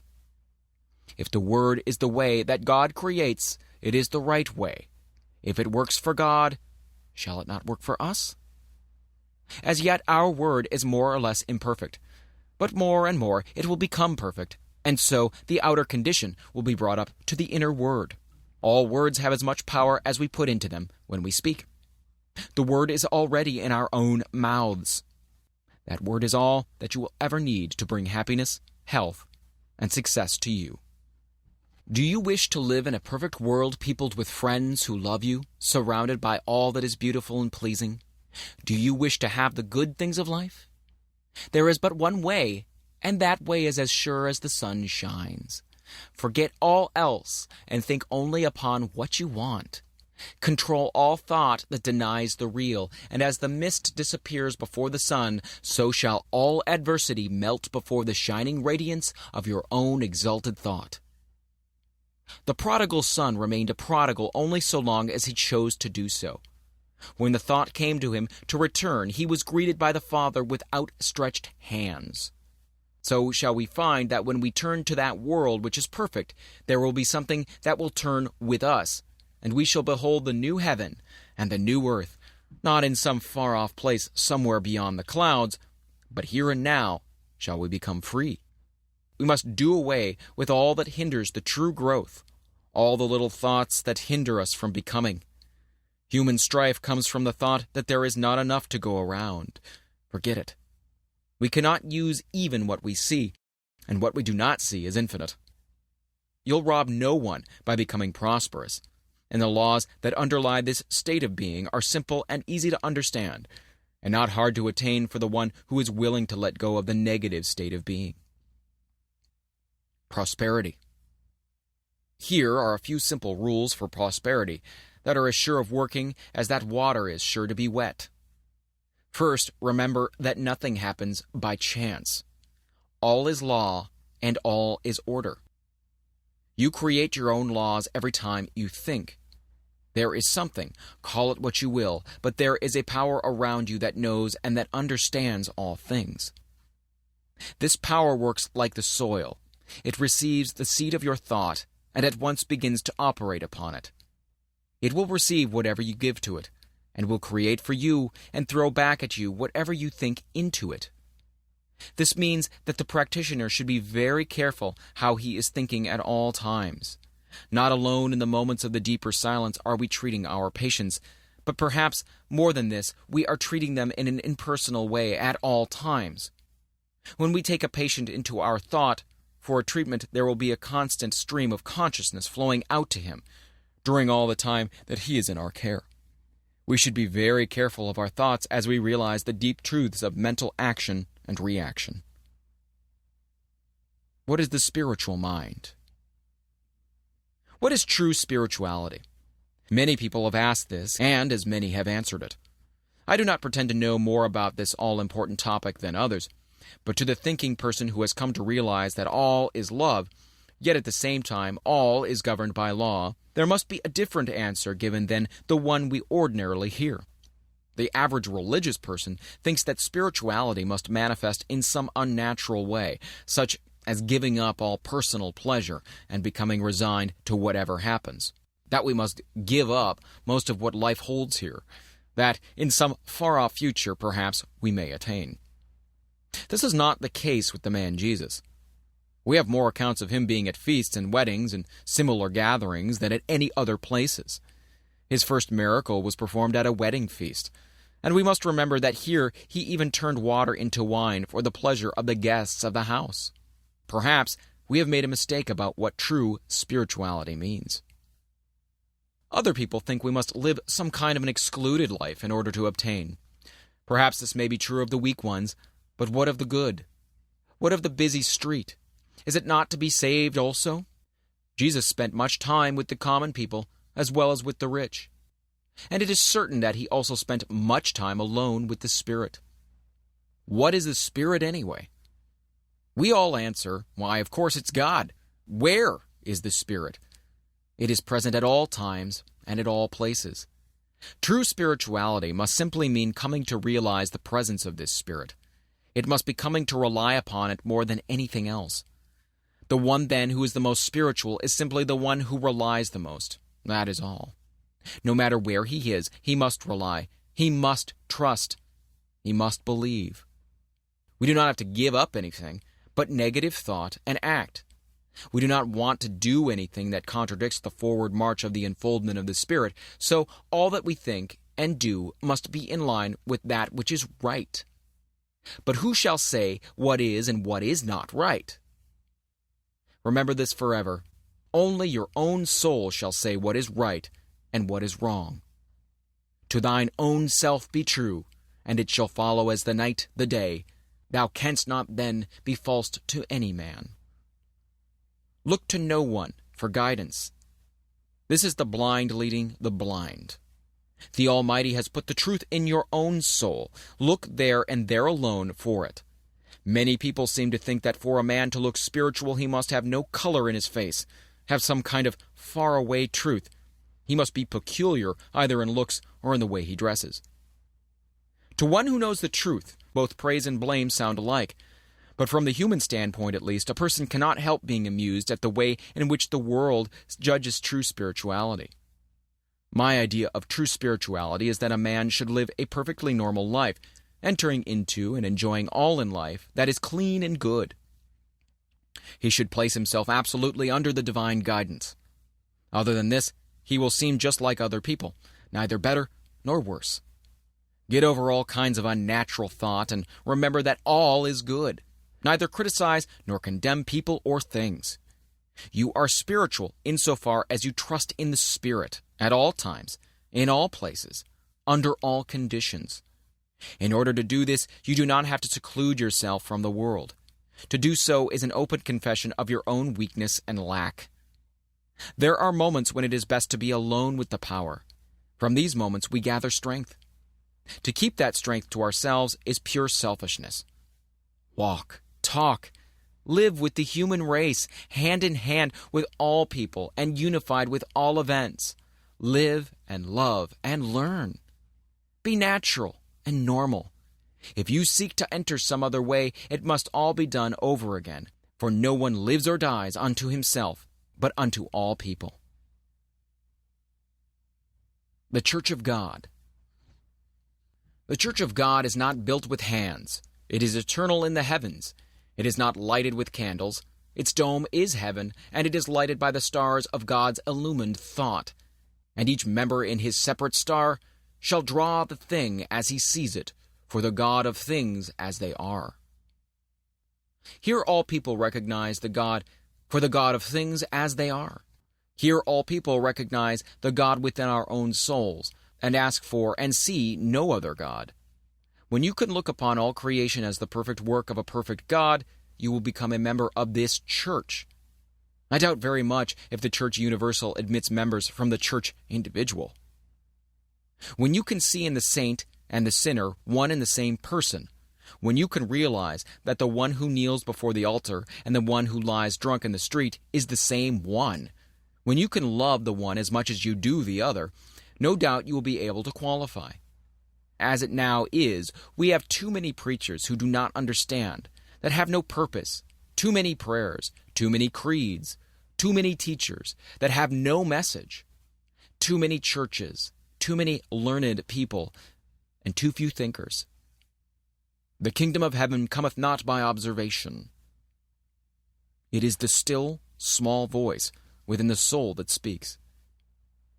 The expanded thought will never wish to join or be joined to. Nothing human can contain it. It feels the limitation of form and ceremony and longs for the freedom of the Spirit, the great out-of-doors, the great God of the everywhere. Alone in the desert, the forest, or by the restless ocean, looking up at the stars, man breathes forth these words, "With only my Maker and me." The path to prosperity. The healing of conditions is no different from other healing. All healing is the constructive use of a mental law which the world is gradually beginning to understand something of. Again, we must reiterate the principle of all life. We are surrounded by a thinking medium from which all things come. We think into it. It does the rest. Since we are thinking beings and cannot stop thinking, and since creative mind receives our thought and cannot stop creating, it must always be making something for us. What it will make depends absolutely only upon what we are thinking, and what we will attract will depend entirely upon our holding thought to the complete exclusion of all that would contradict it. It is not enough that we should sit down and say, "I am one with infinite life." This must mean more than mere words. It must be felt. It must become an embodiment of a positive mental attitude. It is not claiming something to be true which is going to happen. It is not sending out an aspiration or a desire or a supplication or a prayer. It must be the embodiment of that which knows that now it is. This is more than holding a thought. Our ability to attract will depend upon the largeness of our thought, as we feel that it flows out into a great universal creative power. We are dealing with the form in thought and not with the form in matter. We have learned that when we get the true form in thought and permeate it with the spirit of belief, we will see the thought made flesh without any further effort on our part. Thought can attract to us only that which we first mentally embody. We cannot attract to ourselves that which we are not. We can attract in the outer only that which we first completely mentally embodied within, that which has become a part of our mental makeup, a part of our inner understanding. A man going into business will attract to himself that which he thinks about the most. If he is a barber, he will attract people who want to be shaved or have their hair cut.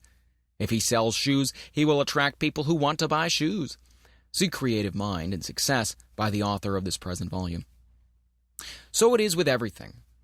We will not only do this, but we will attract as much of anything as we mentally embody.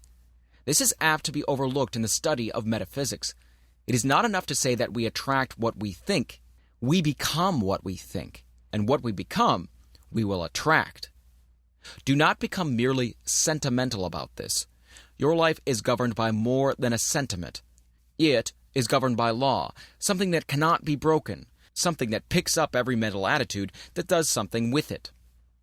This fundamental proposition of the law should then work out into our conditions. Always remember that it does just as we think. It does not argue. It simply does the thing as we think it. Now, how are we thinking? Never ask a patient how he is feeling. Ask, how are you thinking today? This is the only thing that matters. How are we thinking about life and our conditions? Are we receiving the race suggestion? Are we saying that there is not enough to go around? If we are saying this, it is our belief, and there is something that will see that it becomes a part of our expression. Most people, through ignorance of the higher laws of their being, are suffering from the thoughts imposed upon them from a negative and doubtful world. We who are claiming the use of the greater law must emancipate ourselves from all sense of limitation. We are not to be governed by the outer confusion, but by the inner realization. We are to judge life not from the way that things in the past have been done, but from the way that the Spirit does things.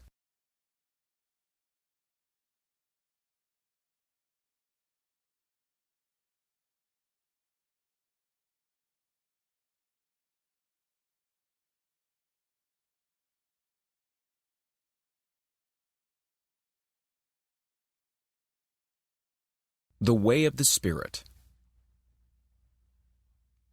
Again, let us say that the Spirit creates by becoming the thing that it thinks. There is no other possible way in which it could work. Since it is all, and there is no other, the thought of opposing forces never enters into its mental working. When we are judging from the outer, we are not working in line with the power that we should be using. We must come to see that there is only one power, and that we are touching it at all points.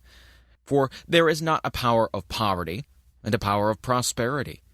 There is the one becoming the many. It makes and it unmakes, that a higher form may appear to express through it. All that is not in line with its forward movement will soon pass away, for it recognizes no opposite.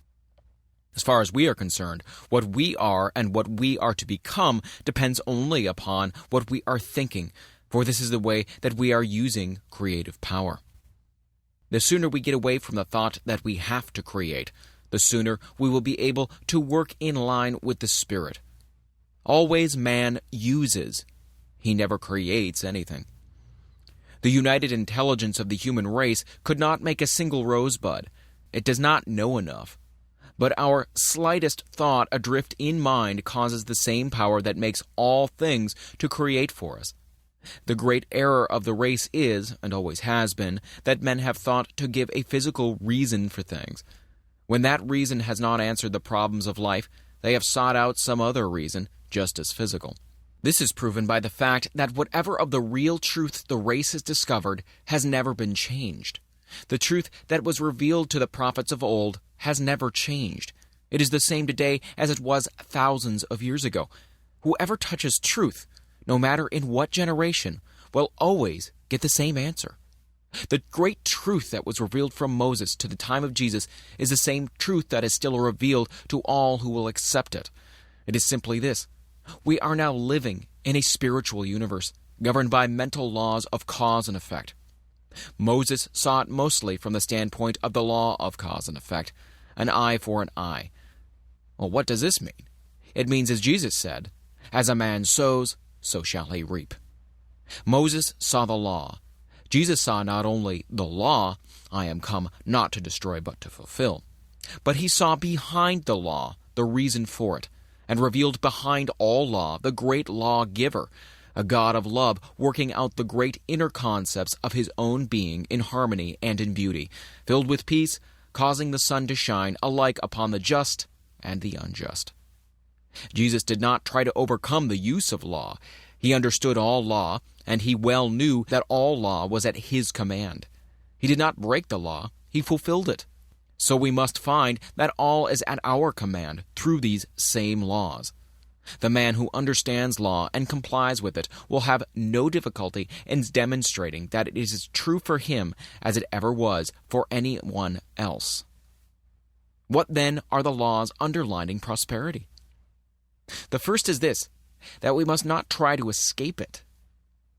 "Thou shalt have no other gods before me." This me is spirit. We are then to trust only in the activity of spirit for what we need. But the world will say, well, human things come through human agencies. This may be true, but we must realize that the power we are dealing with also has within its own mind all people and all things. We do not have to treat people. What we have to do is to embody principle. Principle may use people, but that is no part of our responsibility. Ultimately, all is spirit, and spirit, which is the beginning, is also the end of all manifestation. I am the Alpha and Omega. Our life, then, is to be governed by spirit. We need look no further. It will do for us all that we ever ask, provided we believe. Why then has it not done so? The answer is that it has already done so, but we have not received it. The Spirit may offer, but we must accept the gift before it can be made. Behold, I stand at the door and knock. We must understand that this receiving is a mental process. It is one of mentally taking. The way, then, that we are using mind through our thought is the way that we are treating ourselves for prosperity. So simple, and yet we have not understood it. If a man says, I have not, he will not receive. If he says, I have, he will receive. He will receive. To those who have shall be given, and to those who have not shall be taken away even that which they have. This is a veiled statement of the law of cause and effect. When you send out into mind the thought that you have not, It accepts the idea and takes away from you even that which you have. Reverse the process and say, I have. And it will at once set to work to create for you even more than you now possess. You will readily see then that you are not dealing with two powers, but with one, and that it operates through your own thought, doing unto all even as they believe. The level of consciousness. Since all is mind, and it is done unto us as we mentally think, all life is simply a law of thought, activity of consciousness. In our life, the power flows through us. If we provide a big receptivity, it will do a big thing. If, on the other hand, we only believe in a small way, the activity must be a small one. The Spirit can do for us only what it can do through us. Unless we are able to provide the consciousness, it cannot make the gift. Few people have a great consciousness, and this explains why so few excel. The power behind all things of itself is without limit. It is all power. In us, it has to become what we make it. We carry within our own soul the key to all expression, but few enter in. The door is not seen with the physical eye, and as yet but few have gained the ability to see. The majority merely look. Realizing then that while the power is limitless, it must become operative through our own thought, we shall see that what we need is not some greater power, but what we really need is a greater consciousness, a deeper realization of life, a grander concept of being. We must unify ourselves with the great whole. The man who dares to fling his thought out into universal intelligence with the positive assurances of one who knows and dares to claim all there is will find that it will be done. God will honor his request. On the other hand, the one who fears to speak lest God will smite him will find himself smitten of the law, not because God is angry, but because it is done as he believes. We have a right to have, and should expect to have in this world all that will make for the comfort and for the luxuries of life. What matter how much we have, if we rob no other soul to get it? Shall not the power that so lavishly spreads itself out into nature give to us its highest expression, all that we can ask? We dishonor God when we claim less than all. Until we can expand our thought so that we shall be able to say also, I am, we need not expect to get great results. The soul that knows its own divinity is the great soul. Before it, all else must bend. To it, all else must gravitate. Enlarge your thought processes. Away with the little personal thoughts of things, and dare to think in universal terms about all things. The universe is running over with good. It is for you, but you must believe and then take it. Do you dare to believe that your own world is invincible? When you speak it, how do you feel? Is it limitless? Is it all power? Is all power given to you in heaven and on earth? Are you one with the only power that there is? Until you can say yes to all these questions, and not simply believe them, but know them, you cannot hope to attain. It is useless in making a demonstration to beg for things. As well beg that water should be wet or that fire should be hot. Things are. We must take them. Your word has only the power that you put into it, no more and no less. We are all held accountable for every word that we speak because all is the action and the reaction of the mind. Man is his own heaven and his own hell. We start a new enterprise and wonder what the chances of success are. Have we realized that the outer is simply the inner manifested? When we go to a new place, we shall find there only what we have taken with us. If we have taken success, we will find success. If, on the other hand, we've taken failure, we'll find failure. This is the law. None can avoid it. None need try. Every living soul is a law unto his own life. There is no law but my own soul shall set. Nothing can come upon the path of the soul but that thing that the soul attracts. Practice for prosperity. Prosperity is in our own hands to do with as we will, but we will never reach it until we learn to control our thought. We must see only what we want and never allow other things to enter. If we wish activity, we must be active in our thought. We must see activity and speak it into everything that we do. The spoken word shall bring it to pass. We speak the word. It is brought to pass of the power that we speak it into. We can only speak the word that we understand. The activity will correspond to our inner concepts. If they are large, the results will be large. The thing to do is to unify ourselves with all the biggest ideas that we can compass, and realizing that our ideas govern our power of attraction, we should be constantly enlarging within ourselves. We must realize our at one-ment with all power, and know that our word will bring it to pass. We speak the word. It is brought to pass. As consciousness grows, it will manifest in enlarged opportunities and a greater field of action. Most people think in the terms of universal powers. Feel that you are surrounded by all the power that there is when you speak, and never doubt but that what you say will spring into being. We should speak right out into mind all that we desire and believe, and it will be done unto us. Never take the time to listen to those who doubt. We observe that their philosophy has done but little to save the world or themselves.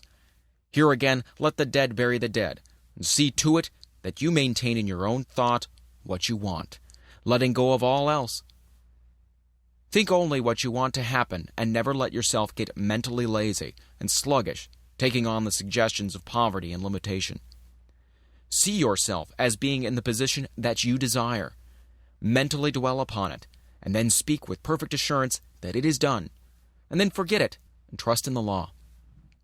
This will answer all needs. If you want to do this for someone else, all that you will need to do is to think of them and go through the same process of mind action. You will be sending out the truth for them, and mind being always active will not contradict what you have said. Remember that you cannot hope to get results unless you keep but the one idea and do not mix thoughts in your mind. All is yours, but you must take it. The taking is always a mental process. It is believing absolutely. This is divine principle. Conclusion. Principle itself is simplicity, yet it is infinite. It is infinite mind and manifestation of mind. We live in a spiritual universe governed through thought, or the word which first becomes law. This law creates what we call matter.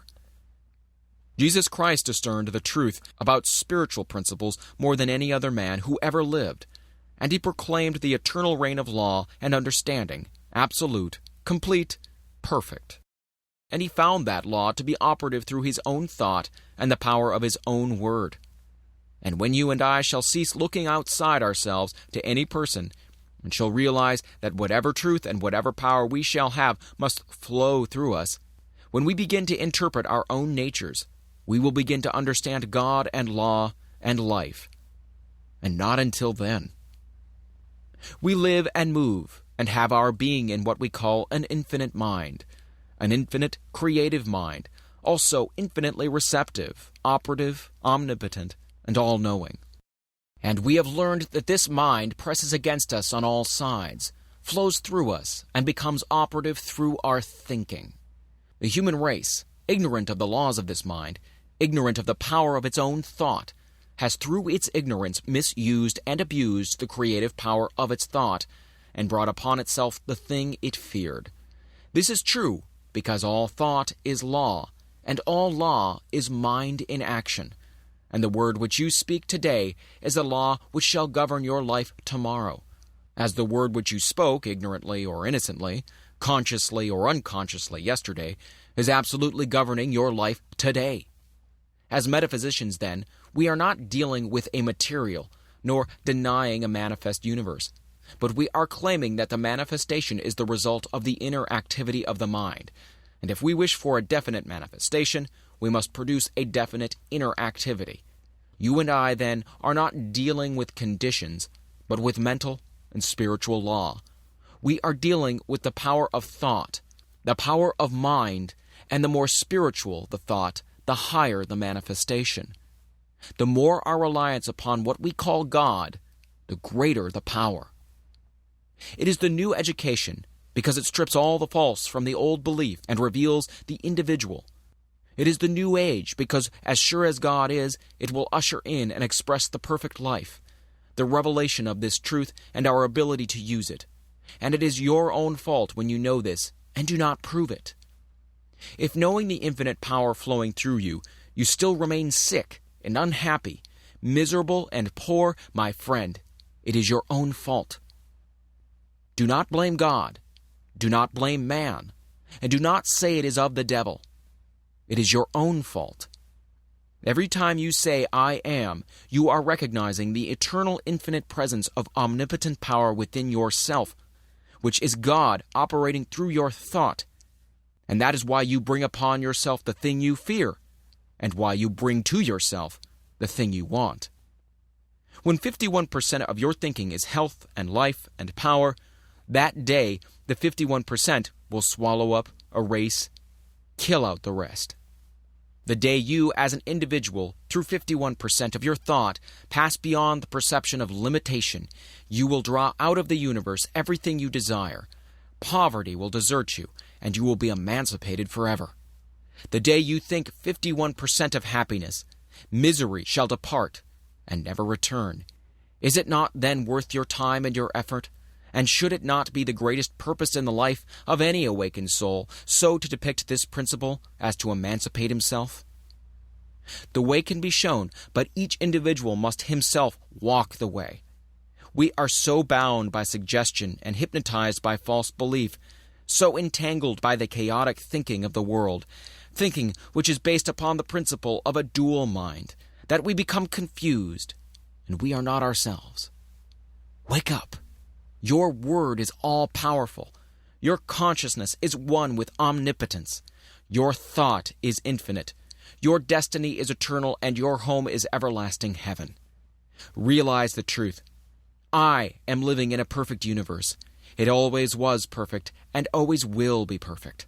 There never was a mistake made. There are no mistakes being made, and there never will be. I live in the great and eternal universe of perfection, from cause to effect, from beginning to end. And the world's all right, and I know it. Majestic and calm, waiting with eternal and divine patience, the great principle of life is ready to give to us all that it has. And while we listen and wait, we will cast from us everything that hinders its complete expression through us. We will let go of all struggle and all strife, and be at peace with life. Perfect peace to the soul as we rest in the realization of our unity with all that there is, was, or ever will be. One with the infinite mind. All the power of the Spirit is working through our thought as we believe and receive.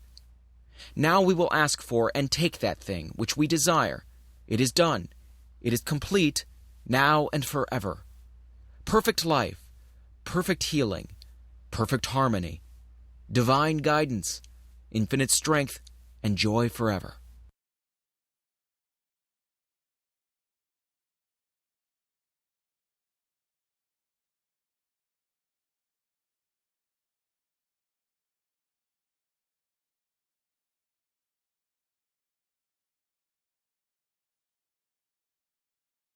Questions and answers.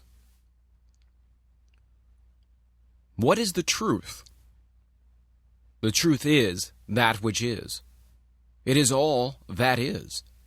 As there cannot be something and nothing, so the truth, being that which is, must at the same time be all that there is. Where is the truth?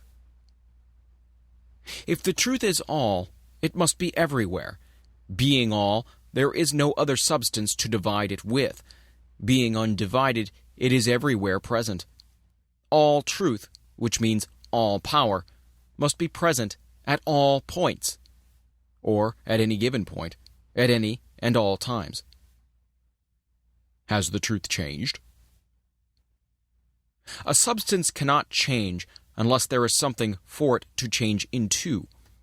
Since the truth is all, it cannot change, for there is no other thing for it to change into. Whatever is the truth, then, has never changed. Is the truth, or that which is, one or many? It must be one, since it is all.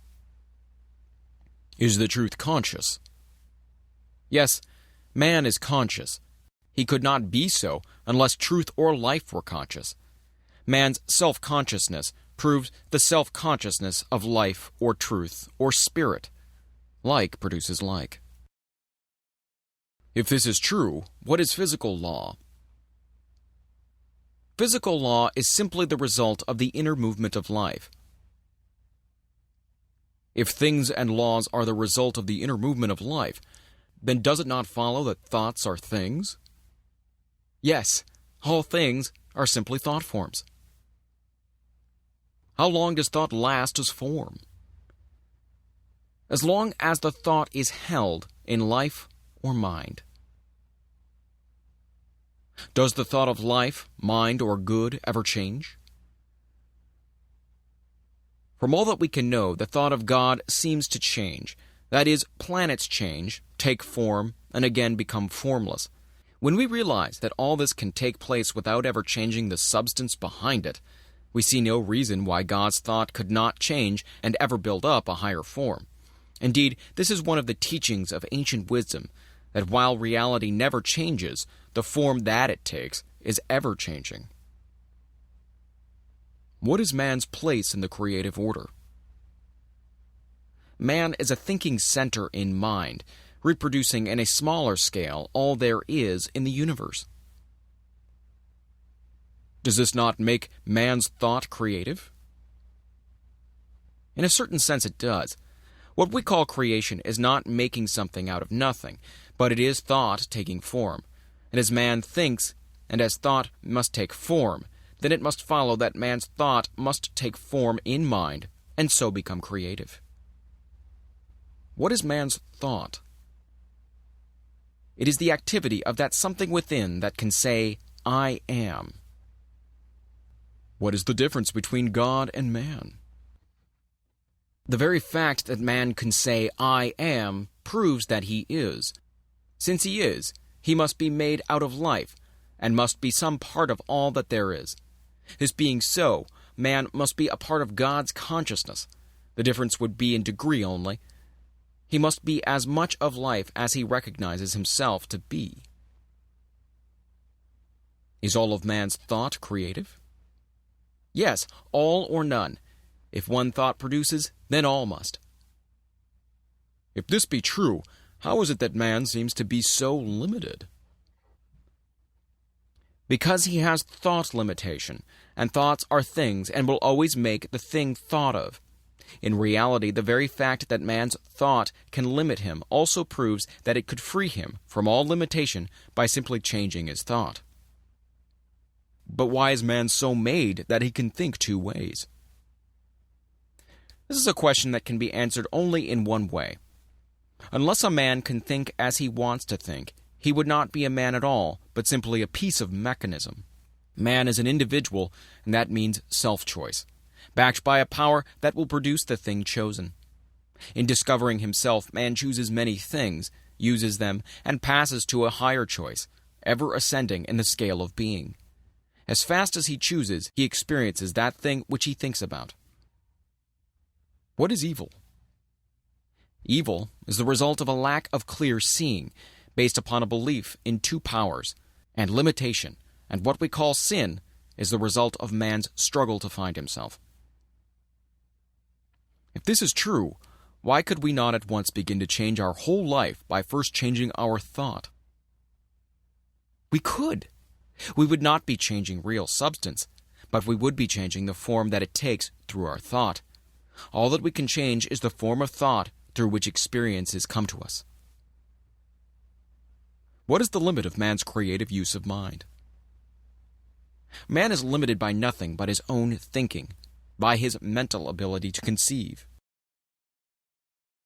What comes out of life? Everything that is comes out of life. If life is all, then it follows that all that is some form of life.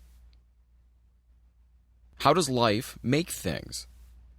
Being all, it must make things out of itself. It must operate upon itself, through itself, and out of itself, must make all that is made. Being conscious, it must know that it is doing this. What would we call this inner movement of life? The inner movement of life, or consciousness, we would call thought, or the self-knowing of life or spirit. And then the universe and all that is a part of it comes from thought? Yes, everything comes from thought. Do we not see a visible world that seems to change? And if we do, how is it that it could come from something that never changes? Yes, we do see a changing world, but back of it is a changeless substance. The thing that changes is the thought or form. The substance from which this form comes never changes. It is one and undivided.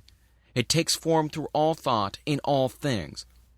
We prove this when we resolve all things into one source.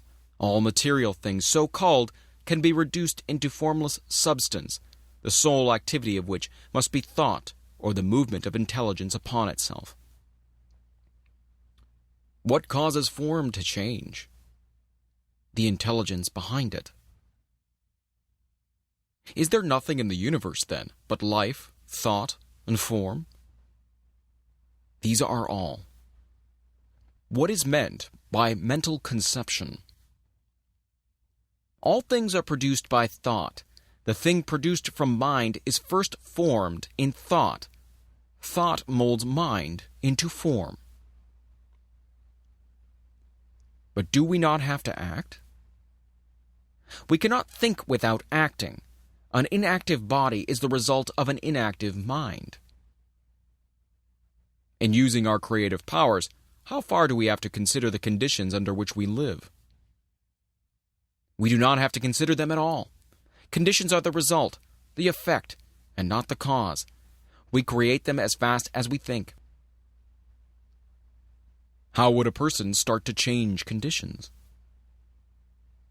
By first changing thought, and by realizing that we are not dealing with an illusion, but with the great reality. Then by acting as though we already have what we think. How long would it take to do this?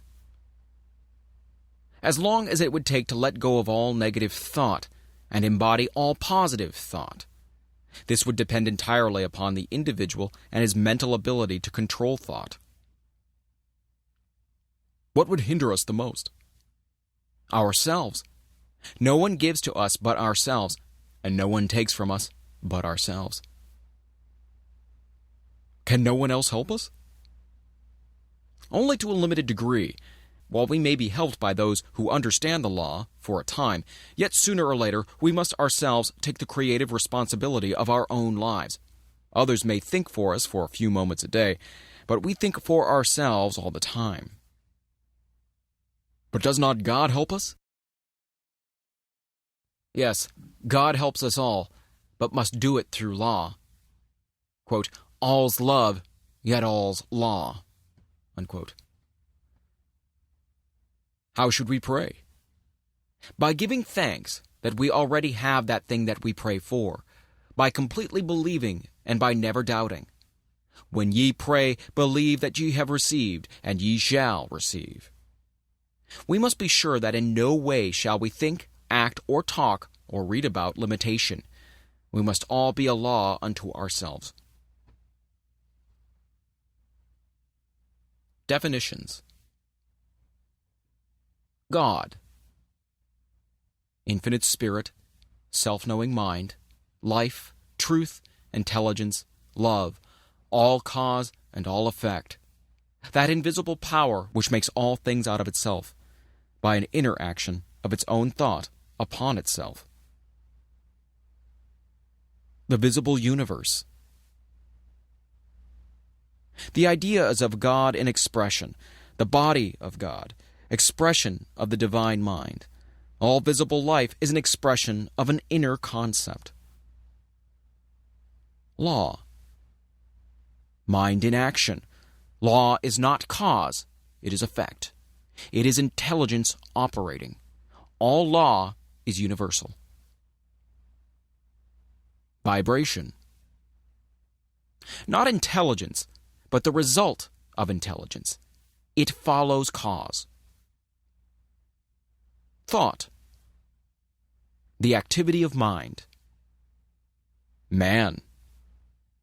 a thinking center in mind. Creation, thought becoming form, the Immaculate Conception. Sin, lack of understanding. Righteousness, spiritual understanding. Sickness, image of thought held in mind appearing on the body. Health, the realization of perfect life. Poverty, limited thought. Riches, the realization of our unity with life, which is limitless. Consciousness, the realization of the fact that we are. Life, consciousness of power and activity. Truth, that which is. Realization, an inner thought process whereby we become conscious of our unity with life. Absolute, complete self-knowing. Causation, God, Spirit, life, that which is. Intelligence, that which knows that it is. Unfoldment, the birth of ideas coming forth from mind. Illusion, belief in two powers. Soul, the inner creative life, the feminine, receptive, creative. Sense, not an illusion, but the faculties through which we contact life in its expression. Motion, the inner activity of life producing manifestation. Effect, the result of inner motion. The word, the activity of thought. Faith, positive mental activity. Fear, negative mental activity. Attraction, the drawing power of thought. Unity, one mind flowing through all and in all. Objective, life in its outer form. Subjective, life in its inner thought or form. Karma, the law of cause and effect, the result of past thought and action binding the ignorant and freeing the wise. Multiplicity, the bringing forth from the one of an infinite variety of form, color, and motion. Treatment, the mental and spiritual activity of thought for a definite end. Demonstration, the result of correct thinking. Heaven, the atmosphere of correct thought. Hell, the atmosphere of false thinking. Peace, mind resting in the realization that it is all. Poise, an inner calm which never fears. Power, the result of the union of peace and poise. The end.